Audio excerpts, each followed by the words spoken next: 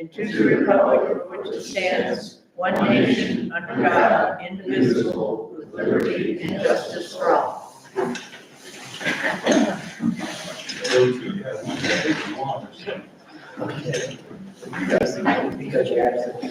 Okay, Gary, roll call please.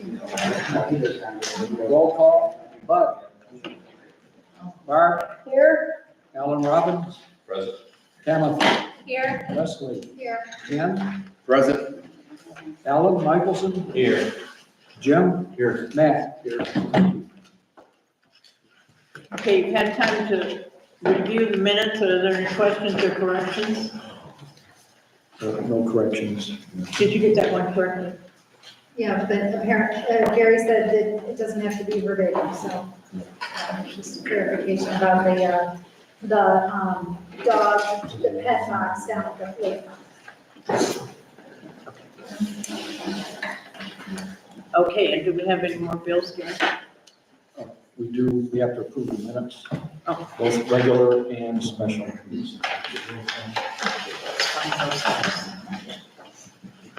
I move that the minutes be approved as published. Second. All in favor? Aye. Opposed? You have the minutes of the special meeting, finance meeting. Need a motion to approve them if there's no questions or corrections. So moved. Second. All in favor? Aye. Opposed? Okay, now we'll go to those.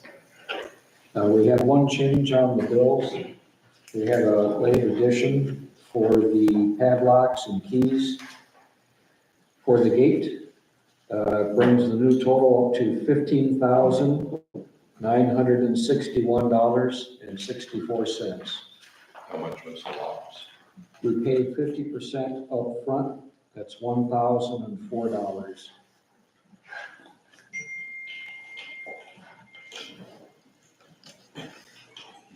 I move that the bills be paid as published and amended from the appropriate accounts. Second. All in favor? Aye. Opposed?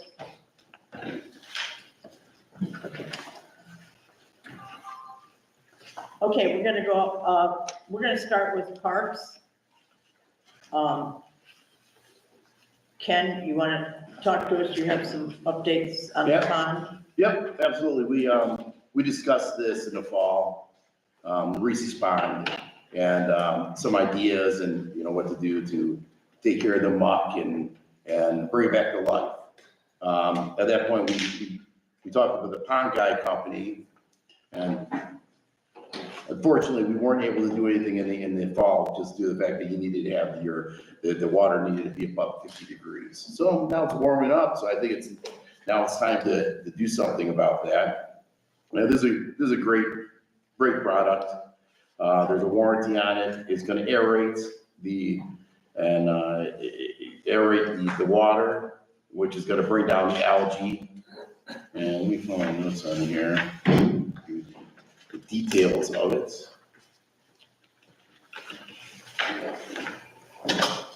And I used to go first. I knew I was going first too. Yeah, you did. I was not prepared.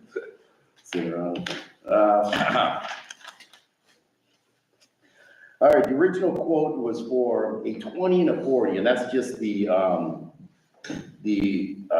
potency of the aerators.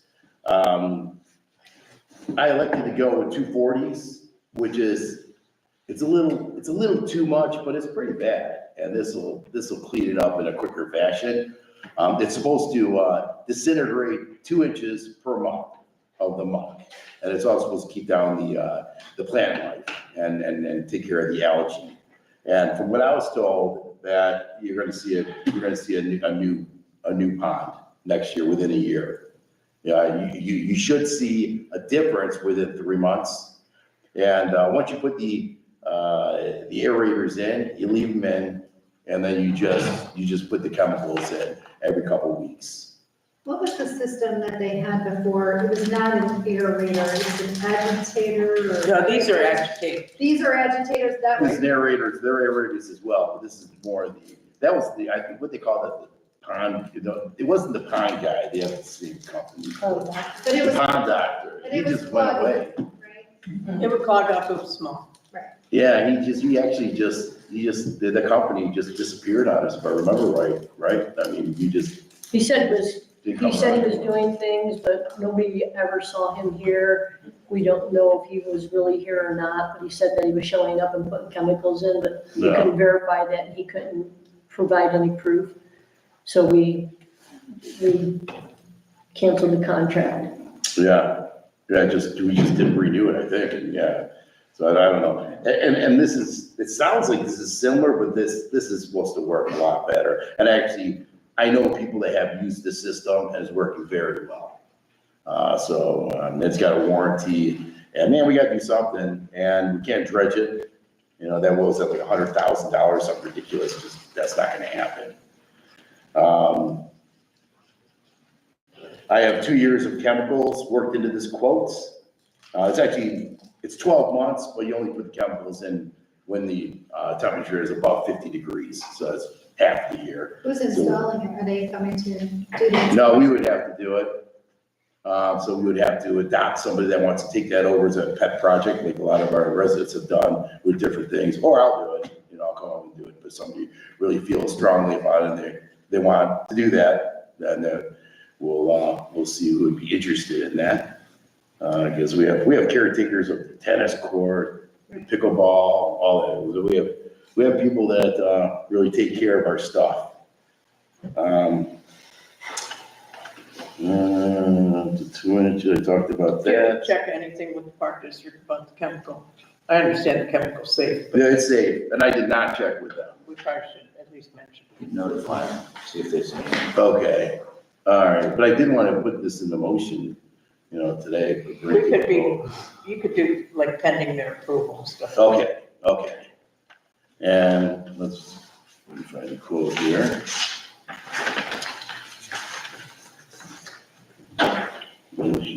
Here it is.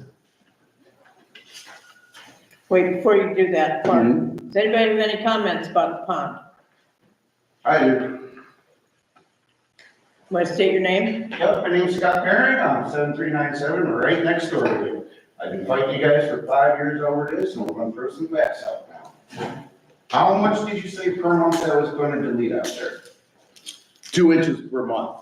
Okay, you understand there's over 5 feet of muck in that pond now, right? That's all we can do. This is the best we can do. And we haven't been ignoring this. I know maybe on the outside it may look like that a little bit, but this has been brought up. People have been trying to tackle this project since I started on council almost 9 years ago. And it's been before that, well before that. As far as I know. And we're doing something about it. That's the bottom line.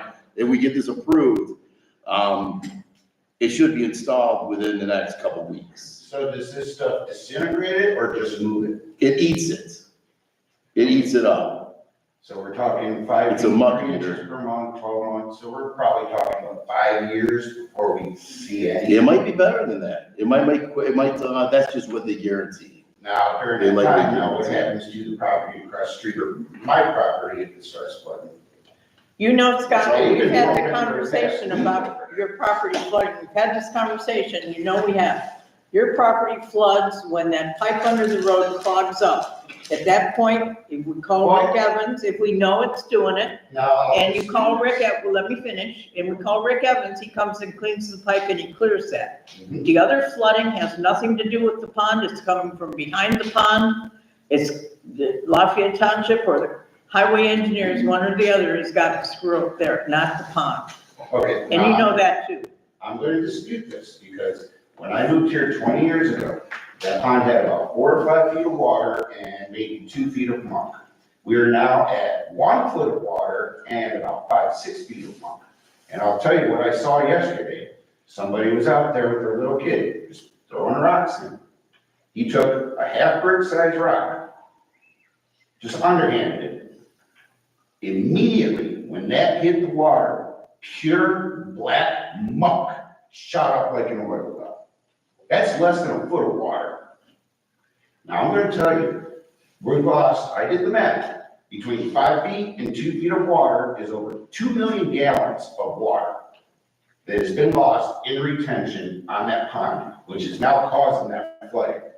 Because where is that water going now? It's not in the pond, it's going out of the pond.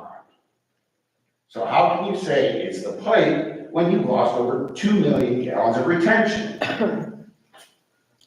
The pipe, you know that the pipe's going down the hill I behind the house. understand that It's pipes screwed get up. smashed, and we understand that, you know, And when everything that from pipe, there. when the pipe underneath the road, it gets clogged up with stuff. But that doesn't, And when that's cleared, answer, that pond drains. Now, that does not answer the depletion of the retention amount. You lost between, what, 4 feet of water of retention in there. Where is that water now, where you held that much, is now only holding this much, where's that going?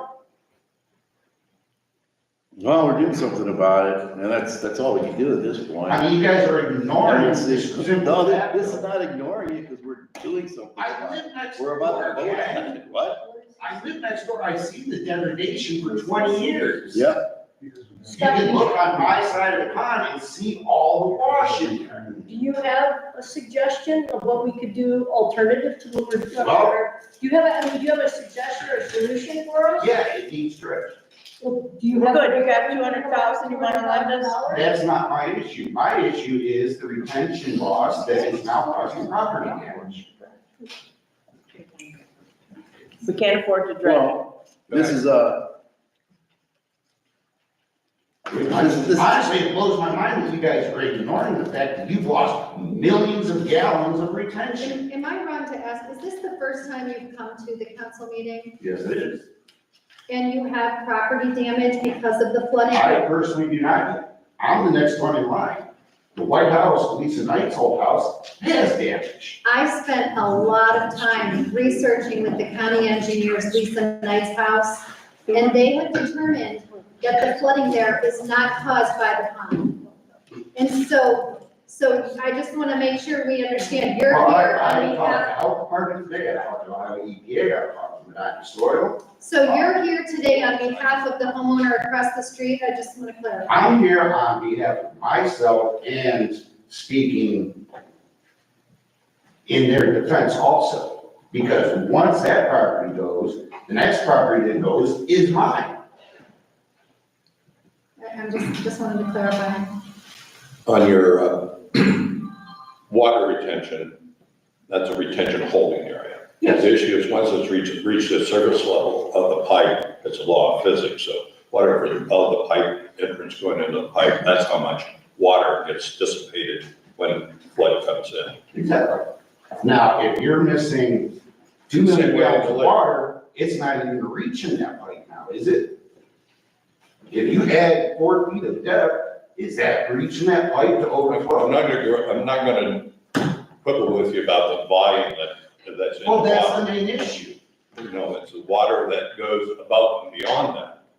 Same way with the lake out here. They'll argue with you all till you're blue. People think if you dredge a lake, you're not gonna have flooding in the lake. That's not true. The water from the Water house level, across as you the say. street is coming from the back of the property and it's building its way up. It is Which comes from the pipe, which comes from the pond. Yeah, but if we can see, if the lake gets filled to a certain level, it's not gonna get drained out right away. So if it's at this level, and then you get a lot of rain, and it goes over that, it's the same deal as if it was full, if it was filled in. Have you met anyone out there, Scott? Because I met the county engineers and I met the Yes, township I have. trustees. I've met EPA, I've met Rick Evans, I've met. And they said that pond is causing the flooding at the house across the street. That's what Nobody they said. knows. All I get is pointing fingers. Engineers point to soil points to. Not only are you points to pointing this, you guys fingers, point but to you're that. also name calling. On Facebook, calling me a liar, that's not the case. All I get is I did say we'd bring it up at council meeting, but we didn't need to, because when I called Joanne about it, we got on it instantly, so we didn't need to talk about it at the council meeting. So for you to go on Facebook and publicly post that I'm a liar, that's like calling your doctor's office and saying, they saying, we'll have the doctor call you right back. Does he call you right back? No, they probably call in a prescription. Okay, whatever, I'm saying that. Now, in your message, you told me you were going to bring this to the council. It was brought to us. It was That's brought to us, what, yeah. that's why we have something going. I brought it to the Because that's council. why I called you out, and then you ended up laughing. It was winter time. We couldn't do anything. Entire grant application sites. Actually, I ended up blocking you because you messaged me and messaged me and messaged me and messaged me and messaged me and messaged me, and I actually have copies of them here for the Oh, whole I got it council. on my phone here too. But that's not the way to communicate an issue. You can come to a council meeting, or you message me, and my message back to you was very kind and polite. And I talked to Joanne immediately. She got somebody from, not on council, we have people in the community that help us resolve issues. So she had John Sandora follow up with, I mean, we probably were more all over that when you nicely had a correspondence with me. And then you get back on Facebook and start sending me hate mail. I probably have helped you the most. Now, hang on, now look at it from my view. I came to you with these concerns. Yeah. Your reply was, I will take it to council and bring it Which I to their did. And attention. she did. Which I did. I took it to The council. next thing I did, the next month, I checked those meeting minutes and it was never brought up. Because we didn't have to discuss it at the meeting. Well, that's what I saw. The next thing I know, I'm getting blocked. You're coming to the village inn, telling my servers, don't tell them this is my order because you're afraid I'm gonna mess with your food. Really? That's what they told me. So, I have a question. Okay, Scott, if you'd like to know about the pond, I would suggest that you come to the meetings. We do not conduct council business on Facebook. Not our way, it wasn't even our Facebook page. We don't need that. We don't need the name calling. We are trying to do the best we can. You said you've been worried about this pond. I've been worried about this pond since I moved here in the 70s, and we've been trying to do something about it. But there's only so much you can do if you don't have the money, just like around your own home. Well, then. So we are doing the best we can, and we are gonna try this, and this is what we're doing. And unless you'd like to donate us $200,000 to dredge it, honestly, you Scott, gotta see what we have next, and that's the way it is. if you have some ideas, I mean, just like John's not on council, he's helping. We'd love to meet with you, get your ideas. But I'm telling you from the research I've done, that pond is not flooding the property across the street. And so. And we all know there's culvert issues behind that house, If you want to and be we all know involved, that the highway engineer at one time Oh, issued I was permits gonna for say, those I'm properties, in why they're contact involved, I have no with people idea. who are gonna be inspecting it, so we're gonna have recourse on it. Okay, have at it. That's fine, but, you know, we're going this route. It's better than doing nothing. It's better than doing, we can't afford the community can't afford $200,000. Well, Well, this is a step in the right but you direction. guys are a That's the other village, you thing. have access to Ohio grants. Has anybody looked into? They gotta getting a fit, grant? they gotta fit the right grant, yeah. But has anybody looked into it? That's an option, that's a possible option. If a grant comes around, that's something we could, apply for. I sent Leslie the website last fall, that's 6 months now, has anybody in 6 months started looking into it? We got a community development block grant for that pond a couple years ago from the commissioners, and then they withdrew it after they awarded it to us. Yeah, so we're trying. With the siren, I went through the one-time strategic investment grant by the government. Senator Romanchuk got it for us. That was our first grant that I know we've wanted those kind of areas rather than roads. It was $35,000. It was a one-time thing, and it met a criteria that you had to propose against. Yeah, I probably. And so that would be one vehicle. You compete for those within the county. Well, and that's my issue is because Governor DeWine specifically made these grants for water purposes last fall. And that, it blew my mind that exactly what we need and nothing was done. Well, again, we own the pond. We don't own any of that other area. So you run into the geopolitical issues of Lafayette Township and Dinah. Oh, I've been talking to you. So Yeah. it's overly complicated. If it's a pond issue, which we're trying to address, yes. If it's reaching out for bigger bucks, then you gotta have a really good strategy, a really good proposal that fixes it. So far, I've heard, nobody knows exactly what's causing it. We need the retention space back into it. Well, this is a step in the right That's the bottom direction. line of it. it's also not a pond. It's not like a fishing pond. Was it made for that. Well, see, I was told that it used to be a fishing pond, that it was stocked, and there used to be people fishing out of it all the time. That's what you were told. Highway engineer said it's a place for drainage from Lake Road. It's a retention pond and you can't fill it in. But Can't fill it in now, because of actually, that. my next question is, I was told that there used to be a 5 by 6 by 100 foot ditch that ran from the pond to Briarwood that was replaced with a 12-inch pipe. I have no knowledge of that. That's not to be true. However, we know, Which cut the flow from Lake Road off, because the only flow that comes in is through my property off Heather Hedge and flowing down that way. All of Lake Road has been cut off and flowed into that pond. So Scott, so that vacant lot there at the corner of Heather Hedge First and Lake Street that's owned by the Diggers, it's vacant, just a flat piece of land? Yeah. That's where I lived in 1975 until the 80s, and that pond looked exactly like it does right now. Okay, can you see underneath it? And I see underneath the Well, pond. everybody keeps saying it looks exactly the same. Well, it's going to look the same on the top, but has anybody actually looked underneath to see what the depth? Under the green? I can tell you, it actually has always looked green like a swamp as long as I can remember. Yeah, See, all, There was- We did Spears have- and everybody else I know been here for 50 years. Spears were my neighbors. They used to babysit me. I Okay, lived they- right there. Every single one of them told me different. well, about 2 years ago, I might have done it under Regal, there was a company that came out, they flew a boat over there, and they infrared the bottom of the boat, or bottom of the lake, that gives you what you're talking about depths. So that was done maybe 2 years ago. Yeah. So we should be able to produce that for you to give you some eyesight of some of the areas that you're talking about. Well, Yeah, that would be appreciated. bottom line is, it wasn't just left. There was a lot of chatter, a lot of stuff was happening, and, yeah, so. I mean, I invite any one of you to just take a walk down here at any time and throw a half brick size rock into that pond and see what you see. Maybe people should. Scott, we've had a lot of complaints about people dumping over in that area. You ever see any of those people and Oh, I've got- talk to anybody about them and turn them in or anything? Well, if I notice it, I check my cameras and then I see what happens. They like take the yard waste there, for all you know, they're throwing it in the pond. I haven't seen. It any seems like garbage they're throwing all in kinds of there. stuff in the pond.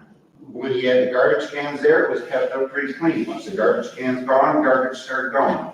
There's a blue tent that blew across, it's on the far side now, that's been sitting there for 3 weeks. A what? Some blue tent or some kind of blue canvas that blew across from the house across the way. It's They been on the had, far they side had now for 3 weeks. tarps on the ground to make a parking pad, and it blew across the lake. The people that live in Lisa's house had blue tarps on the floor on the ground to block the mud. That's where they were parking, and it blew across the lake. But to answer your question, yes, I have actually called the Medina Police Department before. When I would come home at work, 11 midnight or whatever, and I'm seeing people on the far side of the pond blaring, country music, attempting to fish out of it. And that's, So, yeah, I- I believe that's the section we don't own that part. Super something. Yeah. The wooded area And the far, between the pond and here, Right here. no, I mean behind, I'd call it the back of the pond, but if oh, I'm yeah, going the by old railroad in the track. back. Yeah, the old railroad track. Well, we can't dredge the pond at this moment, but they are doing this, so do you have any other questions? Are you gonna start looking into trying to get some grants so we can get this dredged? If a grant comes around, I would be interested in applying for and seeing why. We're always looking for grants. Next time I'll But see you. they're not easy to Well, next time, But this is kind of start with this, and at least it's a step in the right direction, and then if we I agree, qualify it's a for a start. grant, But it's. that'd be it's a nice, that would Band-Aid be on- ideal.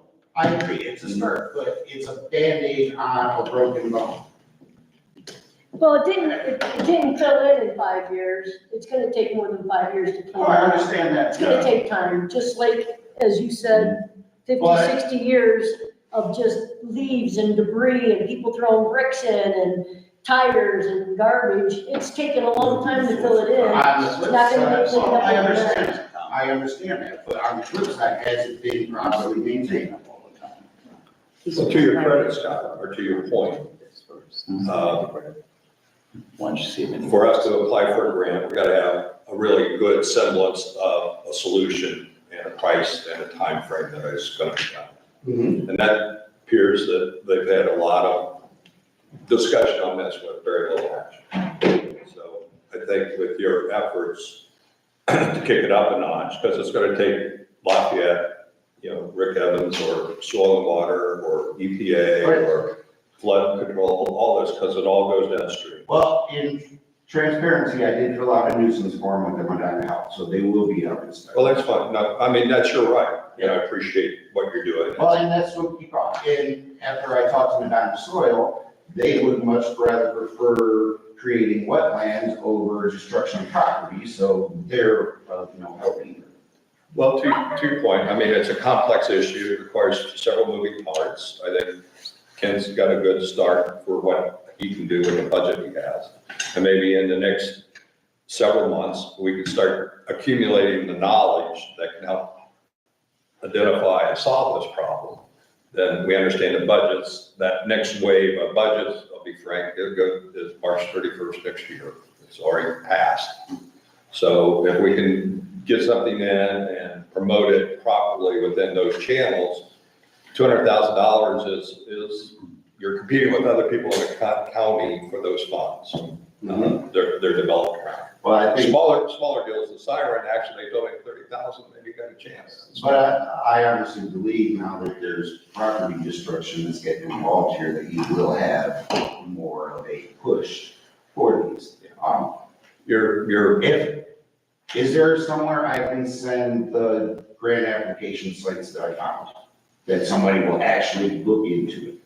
Well, the one-time strategic investment grant, OTSI. Oh, there's a whole bunch of them. I've got a website. There are some water You grants, I can know, but send it it's to the P.O. Box, P.O. Box 25.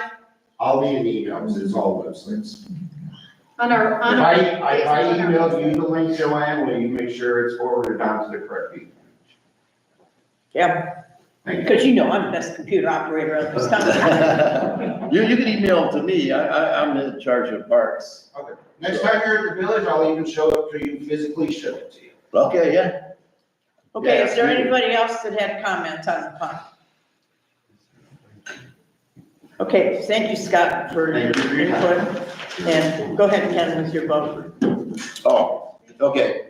So I wanted to make a motion to encumber, and I say what the grant total is $6,279.93. Probably round that up a little bit in case we need to have incidentals Does for that include the electric and all the things? that. Because I think we just turn on the electric, right? Yeah, We're gonna save each month. The No, pole work, we were gonna try to use the NOPEC money. the box That's right. there is in good condition. Well, the box is there, but there's no meter, Right. so that's gonna probably, after, I don't know, maybe hours. There's no wire to the pole. Yeah, we looked at it, there's no wire to it, there's no meter in it, there's no panel in it, And ought so to be re-inspected With the, before. $2,000. with the work that we did last year at Point Park, how much was it to put in the meter? And that was from the ground up. At least we have some of the pieces parts on this one. We have a box. We have a box, that's it. And the box is nickels and dimes compared to what it's gonna cost to run the wires, power to the pole. I mean, I have to go back and look at the, information. Do you have a guesstimate of what we would need to I have add to to do this? $2,000. Well, I know originally, I'm pretty sure we had like $10,000 that we actually put aside to take some trees down and do some work on that last year that never happened. So maybe 9,000 and, what we don't spend, obviously, Right. we'll just go back in there, at least we'll have it. It's So just ask Gary, if you I had don't know 8,000. what to tell you to ask for more money, so. Alan, what were you saying? Well, I just while you're talking, I asked Gary if you had 8,000, he said yes, now he's looking back to see how much you do have available. Okay. About 26,000. Oh, Now, if there were other things in this plan. that would we include could- electric. What's that? That would include the electric, 26,000. Oh, 26,000, yeah. So you want to move it up to $8,000 or $9,000? Yeah, let's move it up to 9. Um, We're not we're only gonna use what we need to use. Okay, so you're making a motion. Yeah, I'd like to make a motion to encumber $9,000. I think you're gonna need more than that. I You're think going it's to come back gonna next month. be, what's that? He can get more. You can get more next month. Well, we wanna get that electrical, you have to have that connected before you put anything else in, right? And that has to happen soon if you want to get this in. Well, you still you gotta contact the park district about what you're using there. Okay. That's your most important. In fact, you should do that first. I'll send that out too. I'll send them an And email. then you go with your other stuff. So here's, they wanted $11,000 just to replace the light at Point Park. How do they sleep at night? So, Quite comfortable at night.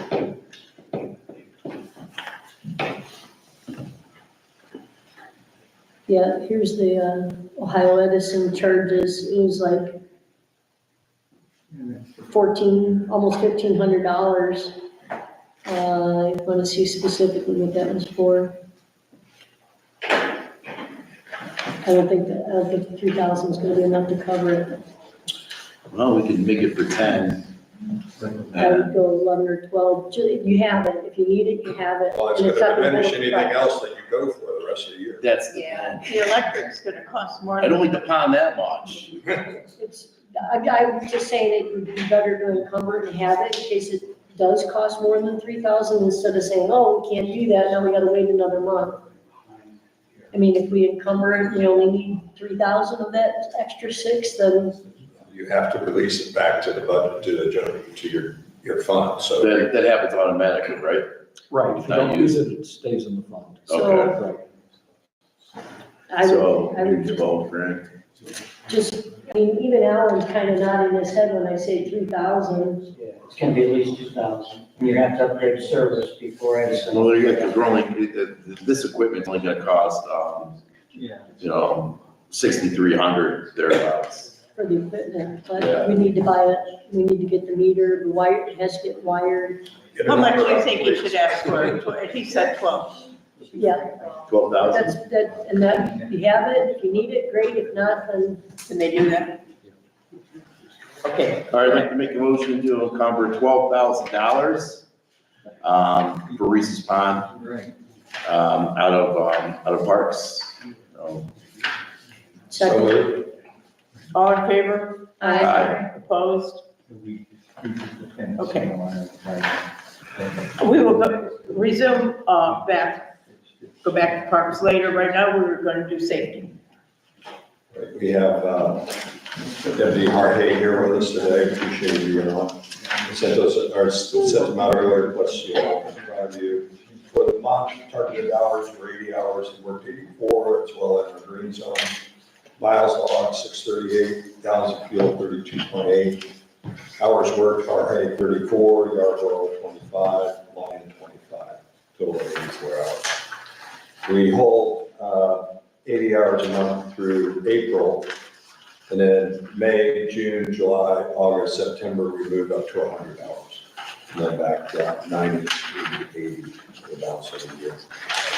Activities for the month, civil paper service, 1, disturbance or fight, 2, extra patrol, 65, Victor watch, 5, suspicious persons, 2, accidental calls, cancel calls, 1, building checks, 1, breathing problems, 1, fall victim, 3, fraud identity fraud, 2, invalid assist, 1, sick person, 2, traffic complaint reckless operation, 1, traffic stops, 2, welfare checks, 1, total of 92 activities for the month. WRA, was there anything on your concern at all? Quiet as a mouse.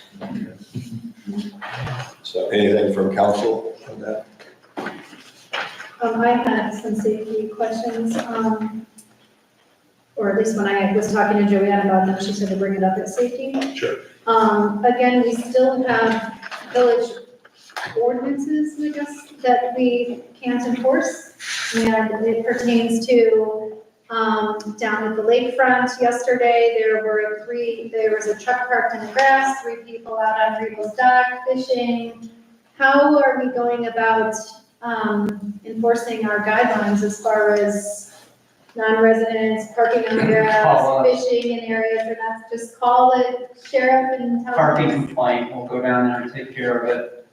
Right, It's obviously our discretion if we're gonna cite them or not. There's a record if we ever warn that person, so if we warn them once, then I go back again, or somebody else will say on such and such date, you were down there. So another officer, and then we usually cite on the second offense. okay, Gotta call us. We'll go down there. okay, It's a little more difficult because there's a lot of activity with people putting their docks in and stuff like that, so there may be people that are legitimately there. Of course, I did see some kids fishing today. I didn't see a vehicle when I came by. The proper is just call the dispatch number, not the emergency number. Report it. If our guy is in the village, they'll come and get it, or the next available deputy is required to do that. What about the fishing from the wall and stuff like that? yeah, That's what always a if we question. park on Bass Bay or Rock, I mean, And that's public land. So there's no fishing from the wall, it's not an issue. Because you know, the park district doesn't allow fishing over by the docks. That's from the water. that's from the water. So north of the, or south of the creek is public, because those kids are there fishing again today. I've seen them a number of times. So they have, my understanding was the people on the other side of the street owned those lots south of the creek. Yeah, north of the creek is private property, south of the creek is public property. So anybody can fish. It's not open to the public, it's open to residents. People that have lake rights have a right to use it for community Well, and park kids purposes. fishing aren't part of the community, but, you know, people are coming and fishing.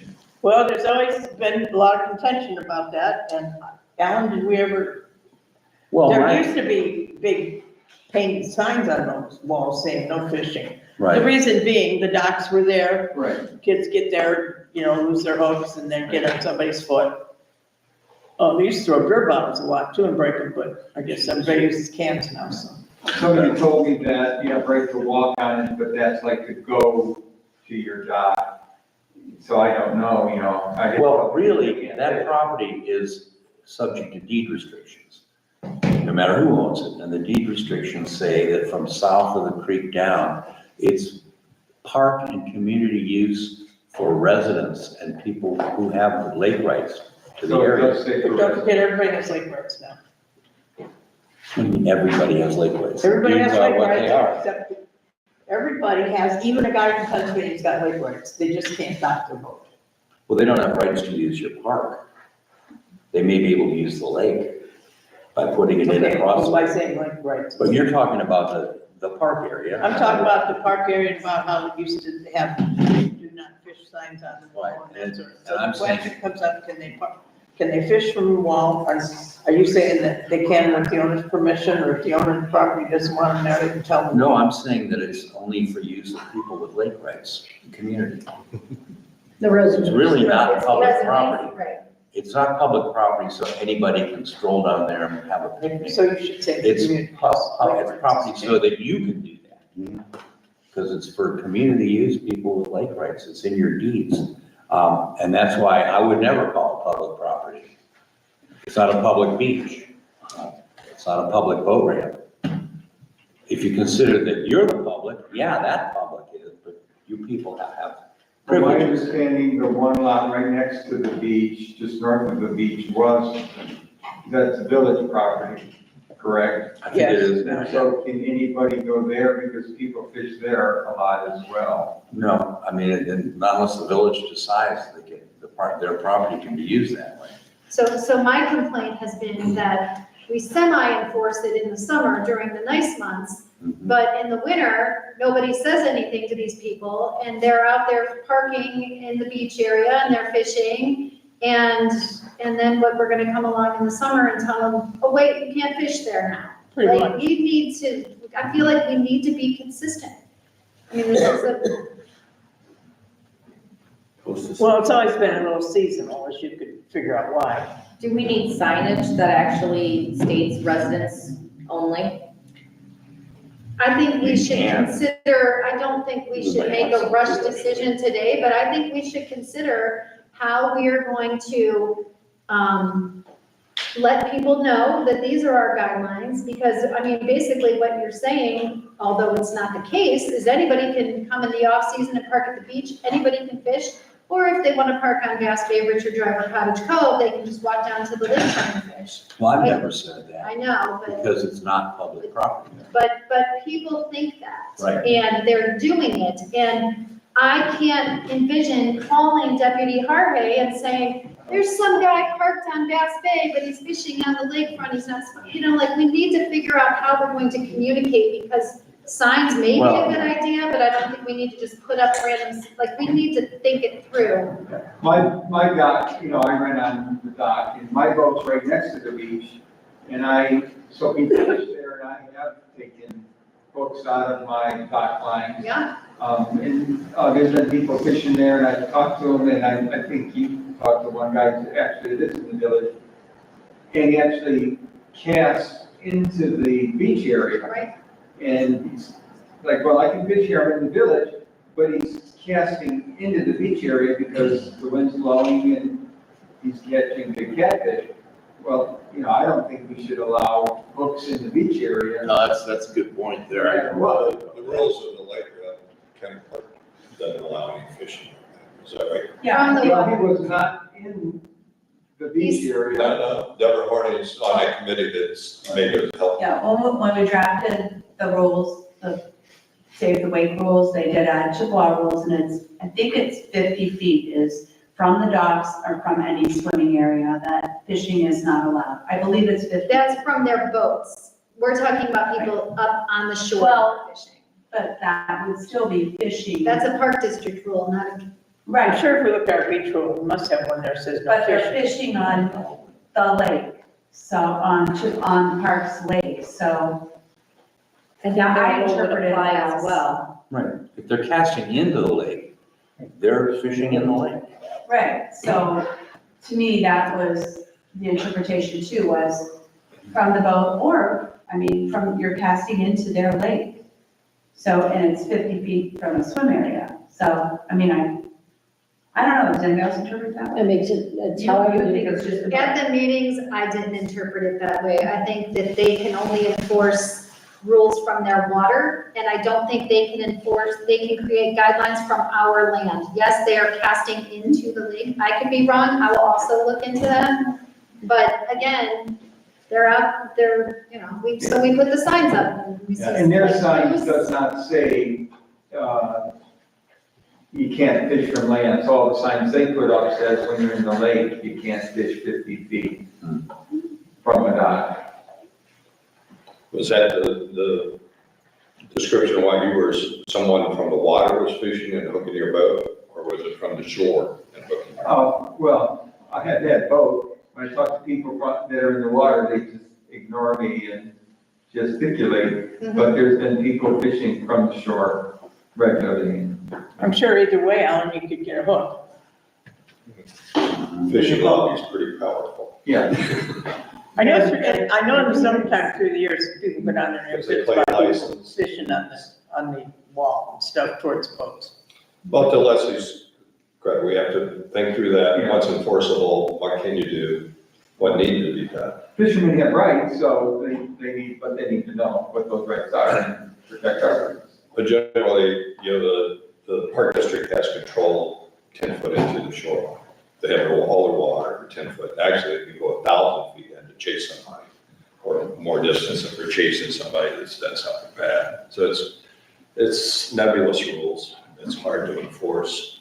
You'd hope that the fisher people, and I see them young, maybe they don't know the proper courtesies for that, or they're just looking for someplace convenient. Of course, the park district doesn't provide a fishing area on their side of the lake to accommodate that.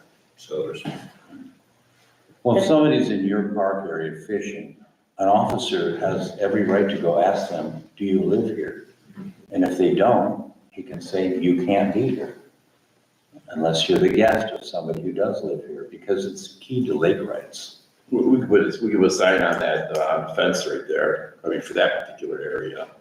Makes sense, but. And we already have a sign in Point Park that says that you need a parking permit to park there, and people are still parking there. Well, Yeah, that's a law enforcement problem. Right. that's true. Okay. So if we see people fishing, we need to contact the sheriff's department and have them come check to see if the person is a resident or not and ask them to leave. It's come full circle in 20 minutes. Imagine 20 minutes ago. That's what we need to do. So that's, I mean, Guarantee they'll be moved. Well, I do know, what are the, you said the sunfish, what are those fish that make those little circles in like, or they'll be coming pretty soon and all the little kids will fish for them. Are they crappies? I don't know. Yeah, yeah. Yeah, they're coming. And there's a certain time in the spring when fishing is a big deal, and then it kind of blows over. Yeah. Yeah, the spring and the fall. And it should probably be any time. One of the mayor said, okay, Deputy Hardy releases. Hardy could release. Thank you.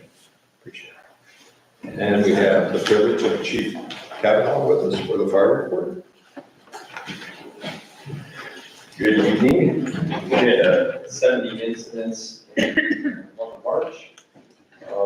46 were during the day, 24 at night. 2 were in Chatham Township, 2 in the city of Medina, 41 in Lafayette Township, 2 in Litchfield, 1 in Montville Township, 11 in Chippewa Lake, 7 in Glory Glens, 1 in Lodi, and 1 in Westfield, and 2 in North Township. 64% were EMS calls, the rest were fire calls. About a minute and 45 second turnout time. Year-to-date turnout time is a minute and 53 seconds, and 5 minutes and 30 seconds to get on scene. We receive mutual aid twice for Chippewa Lake and twice for Glory Glens. We gave mutual aid to Chatham, Lodi, and Westfield 1 time each, and York Township 2 times, Litchfield 1 time, and the city 2 times. Our Firefighters Association's last pancake breakfast is the 27th of this month, so it's been 2 successful weekends of that, so doing really well. Our department members provided training for safe driving and fire safety and career pathway opportunities at Cloverleaf High School students on March 12th. We provided CPR training to 26 Ohio Edison employees on March 19th, and they provided us with down power line safety training. We provided CPR training to 8 Diamond Country Club employees and 2 members of our community.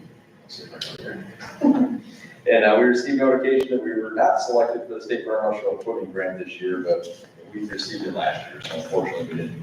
We applied for a extractor, which is a thing that it's pretty much a big industrial washing machine that gets the carcinogens out of our gear. We have 2 small ones, but we were looking for a bigger one, so that did not work out this year, but we're hoping for next year. Medic 1 was sent to Fallsville for service and for complete service, and it's been returned, it's back in service.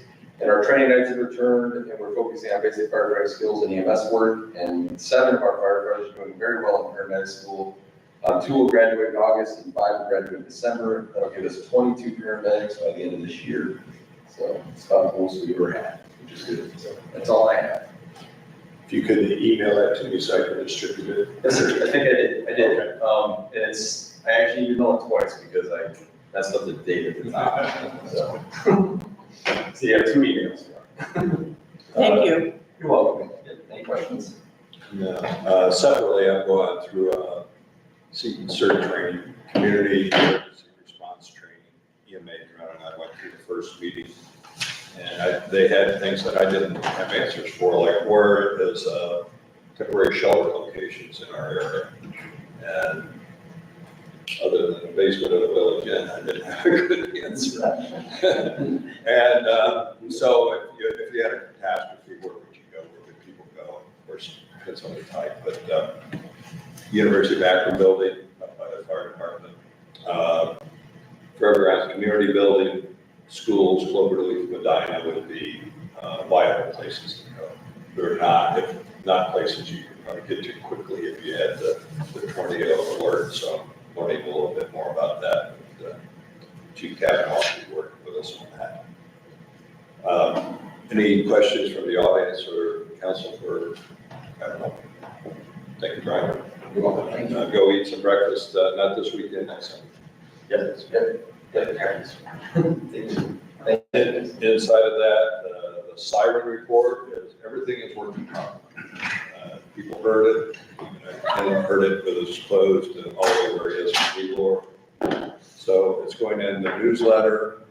So this is a federal 130 signal. It's a rotating signal, directional signal. It has about a 6,500 foot span, all directions. So it should cover all of the lake area, Gloria Glen's, and any of the perimeter properties, which isn't a lot of, beyond the village, which isn't a lot of residents.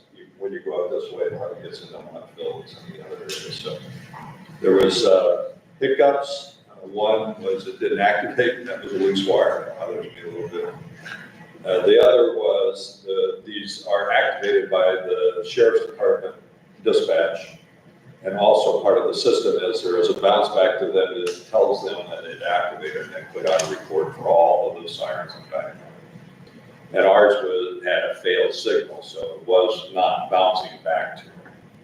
Now the installer of this Basu had done the exact same siren at another location. I think it was Homerville. It's working perfectly. So their debug was it was a software issue from the supplier. They went back to the supplier. They got it fixed out. And on the last Saturday that we had just recently, it activated and it bounced back. So I'm going to say it's working. So I do have to close out that grant, Gary. Once that's done, we've got like 18 months. That's not a time pressure. Do you need anything from me? No, I think I have anything at this point. The park district, as we did last year, the county park district had a deputy assigned to the lake, the same deputy this year, Paul Rubey, H-U-R-U-B-Y, Rubey, is the same officer. They'll be providing us the monthly reports like we saw before. So stay tuned for that. And that's all I have. What about the email you got from them saying park district counting, what were they counting? Bass? What were they counting? Some kind of fish on a certain day, remember that, from 6 o'clock from sunrise till 8 o'clock at night or something? I don't know that that had anything to do with safety. I know, but they sent it to you because they want you to know things about the lake. I did not see that. I know, How did you see? because they copied me on, because I'm very important. They're counting some fish, I can't remember if it was bass or. That way she can alert me and I don't look at her. I don't know what she's doing. I'm not gonna count, but, That's all I have from a safety standpoint. okay. Okay, we will go to zoning. Zoning report for April, 77 Longacre. The court date was scheduled for March 17th. And we went to court and finalized everything, and the structures have been removed. So that is good, and it's corrected, and I think we went for the arraignment and whatever. So that's all over, done. It was sentencing. Hmm? And they went for their sentence They went for sentencing. because they already got guilty. But, and just for everybody's information, each defendant, co-owner of the property, had no fine, but has to pay $294 each in court costs due June 6th. Yeah. So that was the result of that. So we reached the goal. It's down. Next is 200 Brookshore Drive. And I noticed for debris and rubbish in the front yard, side areas, that has been corrected. And let's see, I'll go on to that and come back to that. Permits We have 25-002.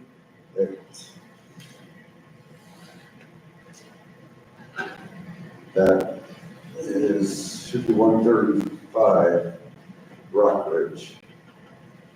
That one that says Shorefield, should be Yeah. Rock Ridge, I wondered. Yeah, 135. 135 Rock Ridge.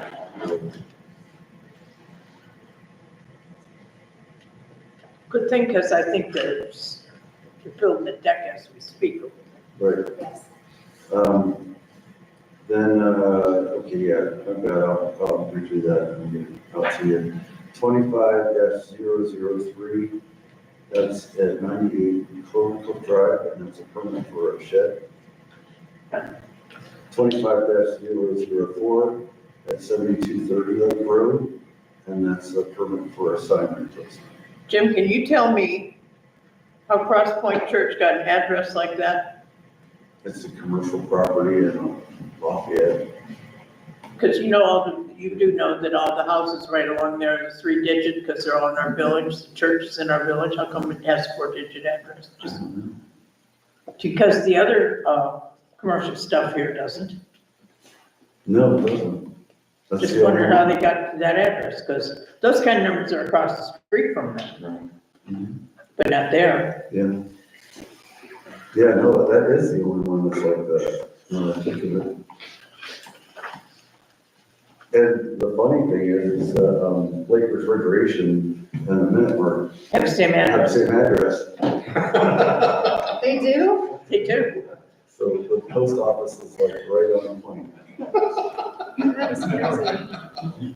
So are we gonna talk about these, wait, hold on. So the next thing was to talk about trees. Well, before we talk about trees, So- I want to ask about the house at the corner of Rock Ridge and Briarwood Boulevard that's been under construction, and they had a problem with their builder and whatnot. Where are we with that house?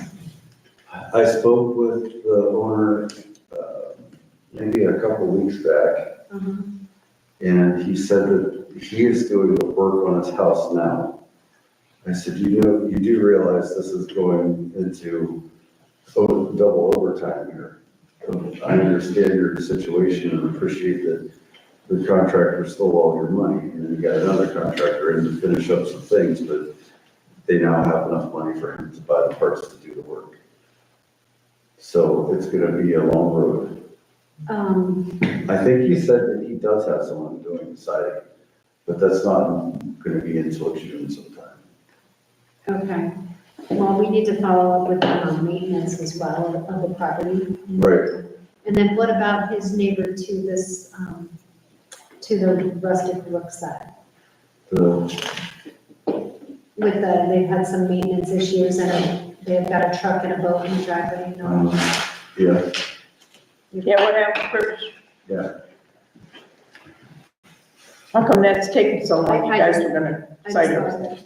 Well, he was made aware last time of all the things that needed to be done, and he started doing the work and completed some of it, and then it came in the wintertime, so we figured we'd continue in the spring. Okay. So, that's, Spring of this year. yeah, that means this, Okay, we'll just have that. You wanna-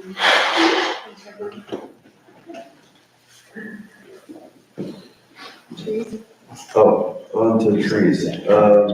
We had that issue with the bungalow bay tree that needed to come out, and then, Matt and I went and inspected more trees. Found a bunch more, and AJ did a price on them and said it'd be cheaper to just do, pay for day rates rather than try to do trees here and there. So for 2.5 days, it's gonna total $7,000 to do all the work. And he's gonna be grinding some of the stumps, not all of them. But, there's 2 trees here, one right here to that, and there's one right there that has a big hole in it. Those 2 are coming out and get ground. So, Along with the ones on Bungalow Bay, and then there's a couple others that we found. So what are you talking about here? The one by the teeter totters? Right as you, No, the one by the telephone pole. by the road. Oh.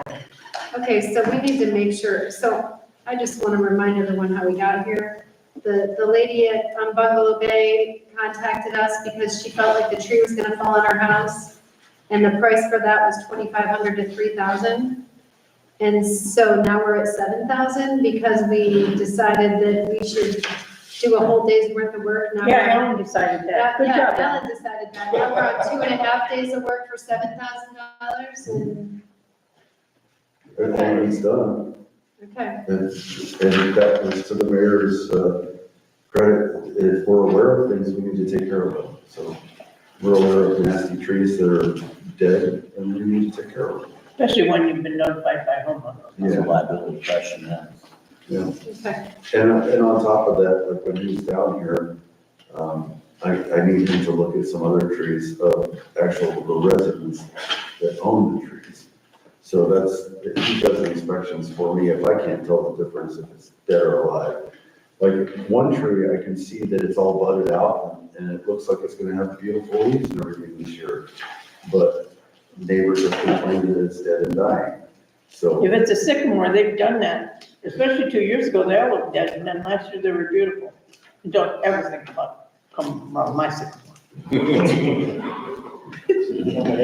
Nobody has enough money to take that tree down. and that big pine tree in the middle of that triangle. Right. That's all I have. Yeah, that's all I have. So maybe they could look at that one big limb on this maple tree that comes out over like the teeter-totter, maybe on this maple tree straight out, while he's taking down that other one. Barb, you're really good about telling us things. Tell us them when you see them, not at the meeting. I can tell them. Well, I mean, he's gonna be here. I saw that one out front was tagged, and I assumed that it was one, so since you did mention it here at the meeting, then I thought, okay, so if they could take that one down over, goes right over the teeter-totters.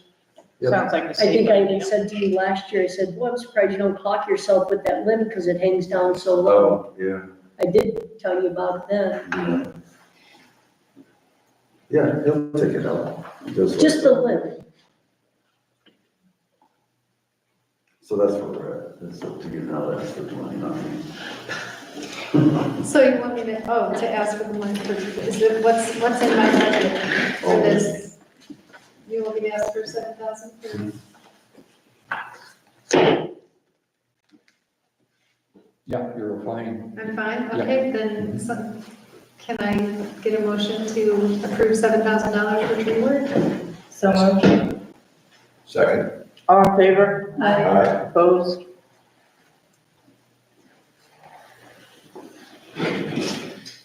There you go.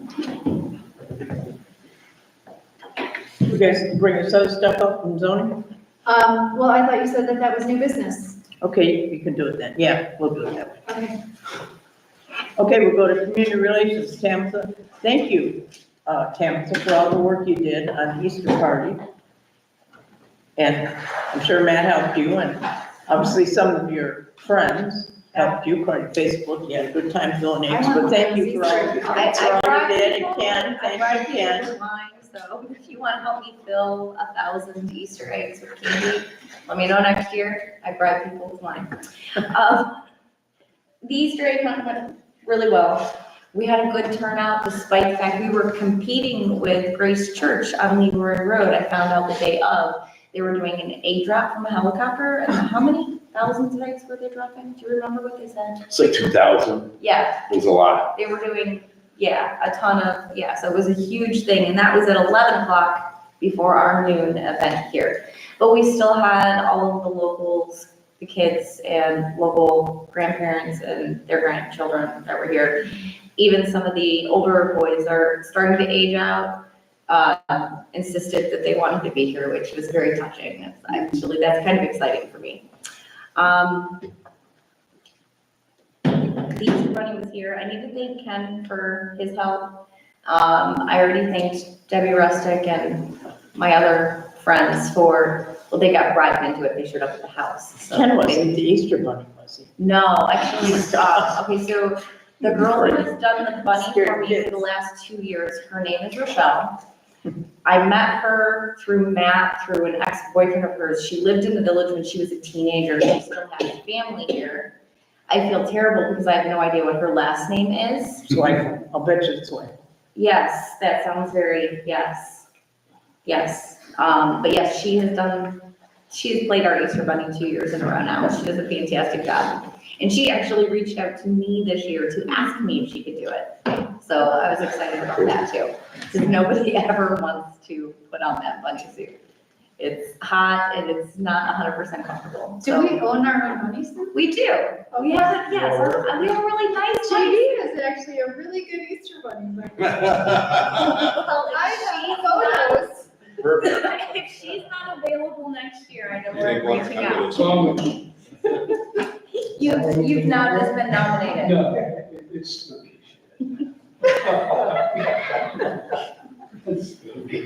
Yeah, anyway. that's Still good working story. on the newsletter, waiting for the last minute. I know Ken has stuff to send me, but I know he was finalizing the docs and the keys, and he didn't actually have all the things in place yet. It's really hard to get it out right in the beginning of spring, because nobody is back yet. I just got information from Pam. I'm still in conversations with people making their decisions on what they're gonna do for summertime activities. Debbie, do you know if the ski team changed that date? They did not. No date change, okay. Can I reach out to you about like zoning type things and talk about, for the newsletter? Yeah, if you just have, I have a little blurb written that was written 2 years ago that I altered a little bit last year. I Okay, can send that to you and you can look Okay. at it and make alterations. that would be great. Okay.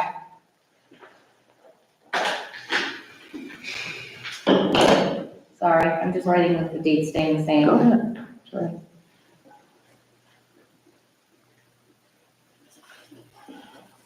And other than that, I don't know if anybody saw the fence around the community garden, but it looks fantastic. It looks great. It looks really pretty, and I had to make note of that, because it does look really nice. And the guys were here Saturday morning when I was setting up the hall for our event, working on it. I was here and they were cold, and I know they weren't comfortable because it wasn't a pleasant day out. So that's really good. So whoever was here doing that, that looks awesome. And that's all I have. I'm not gonna take too much time today. And we'll just take a minute to say, don't forget to vote for State Issue 2 in May. That's the one that funds our grants for our road projects. So, and apparently there's no tax increase, so they say. Anyhow, Issue 2, May 2nd. Okay, Barb, buildings. Not a whole lot going on. Stuff that I wanted to get done hasn't gotten done just because of the weather, so. Gary, did you get that online account set up? You said not to follow through, not to do anything. You were gonna Well, that was for the, Home Depot for the online lights, account? correct? Yeah, yes, I went as far with it as I could with Home Depot, and they said it's gonna take 3 to 4 weeks for them to get back to me. They said the preliminary information you furnished looks good, but for us to go through all the approval process, it'll be 3 to 4 weeks yet. Wow. And they'll send you notification once it's done? Yes. Okay. All right. So I basically, we tried to order the carriage lights online and we couldn't do it because we couldn't put in any kind of tax exempt information for it. So I said, well, I'm gonna go to Home Depot and have them order it and just give them our tax exempt number. And they said that I would just have to put the order in myself, but they didn't have any way to do the tax exempt. So the employee told me, buy it outright, and then when it shows up to the store, just return it, and then repurchase it with your tax exempt number, which I did. And the employee that told me that was working in one corner when the lady that was telling me that because it's a special order, if you return it, it goes back to the manufacturer, not back to the store, so you can't repurchase it. And she said, who told you that? And I'm like, that guy over there. So, guy standing behind you, and so we couldn't do that. So now Gary is trying to set up an online account so that we can make purchases online tax exempt. So as soon as that's done, we'll get those lights in and get that put up. That's good, that's good. So, contacted Dynamerica, setting up an appointment with them for the backflow to get completed, and that's all electronic, there's no more paper forms. So I'll have them email it to me and to you, or they can email it to me and I'll forward it to you. Fire extinguishers were certified by, whatever, that ABC, they're not ABC anymore, they're the cleaning company. But that was done, that's taken care of, the information was taken care of with that, so. I did come in last night to. Centos, thank you. The cleaning people. I came in last night to clean the building, but you guys did a great job. I mean, I did still mop and clean the place up. I did my best to vacuum up all the things. Yeah, I mean, I swept it and mopped it and cleaned the tables and bathrooms and stuff, but yeah, you guys did, I mean, I was like, oh, they didn't even use the building, so, looked good. I stayed. Looked good, so, I think that's it for right now. I just need to get some things done, but wait for the weather to cooperate with my schedule. So, How do you lug that ladder around in that closet? yeah, I tried lifting I that bring mine ladder from home. because I was going to put up the Easter sign because I'm too short to do it on my own. And I could barely lift it and I had no idea how to open it up. Oh, And Matt wasn't here with me at that point in time.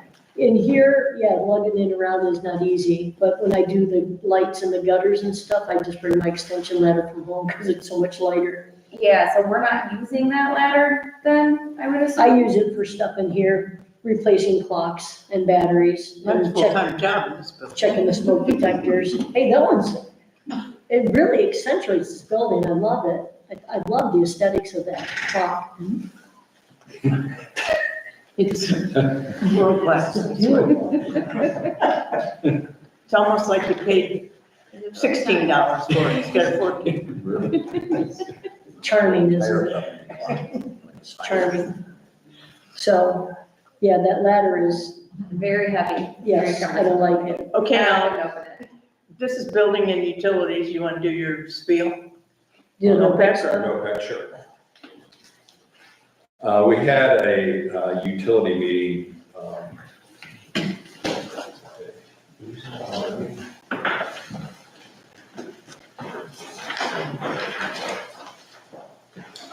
Here's, we had a Zoom meeting, Gary, myself, Barb, Mayor Darrow, and Kyla, and another representative from the NOPEC that does the administrative side of all the contract activities. Part of that, our motivation is there's a big jump coming in June on utility rates, and we could control a little bit of that. So we did some research, and we've been following it. Their contracts for street lighting their contracts were 12, 24, 36 months. They issue a price, and that price is good for 1 week. So they issue prices this week on both, all of those. Then also we have small commercial lighting and billing, and that would be like the beach where there's 1 or 2 lights involved, like the beach parking lot would be there, the parking lot here is one, maybe this building's one, and then when Point Park opens up again. So the utility bill last year was $18,000, just for conversation. We were hearing 40% increases. And there's a lot of moving parts in trying to find honest pricing with the competitors.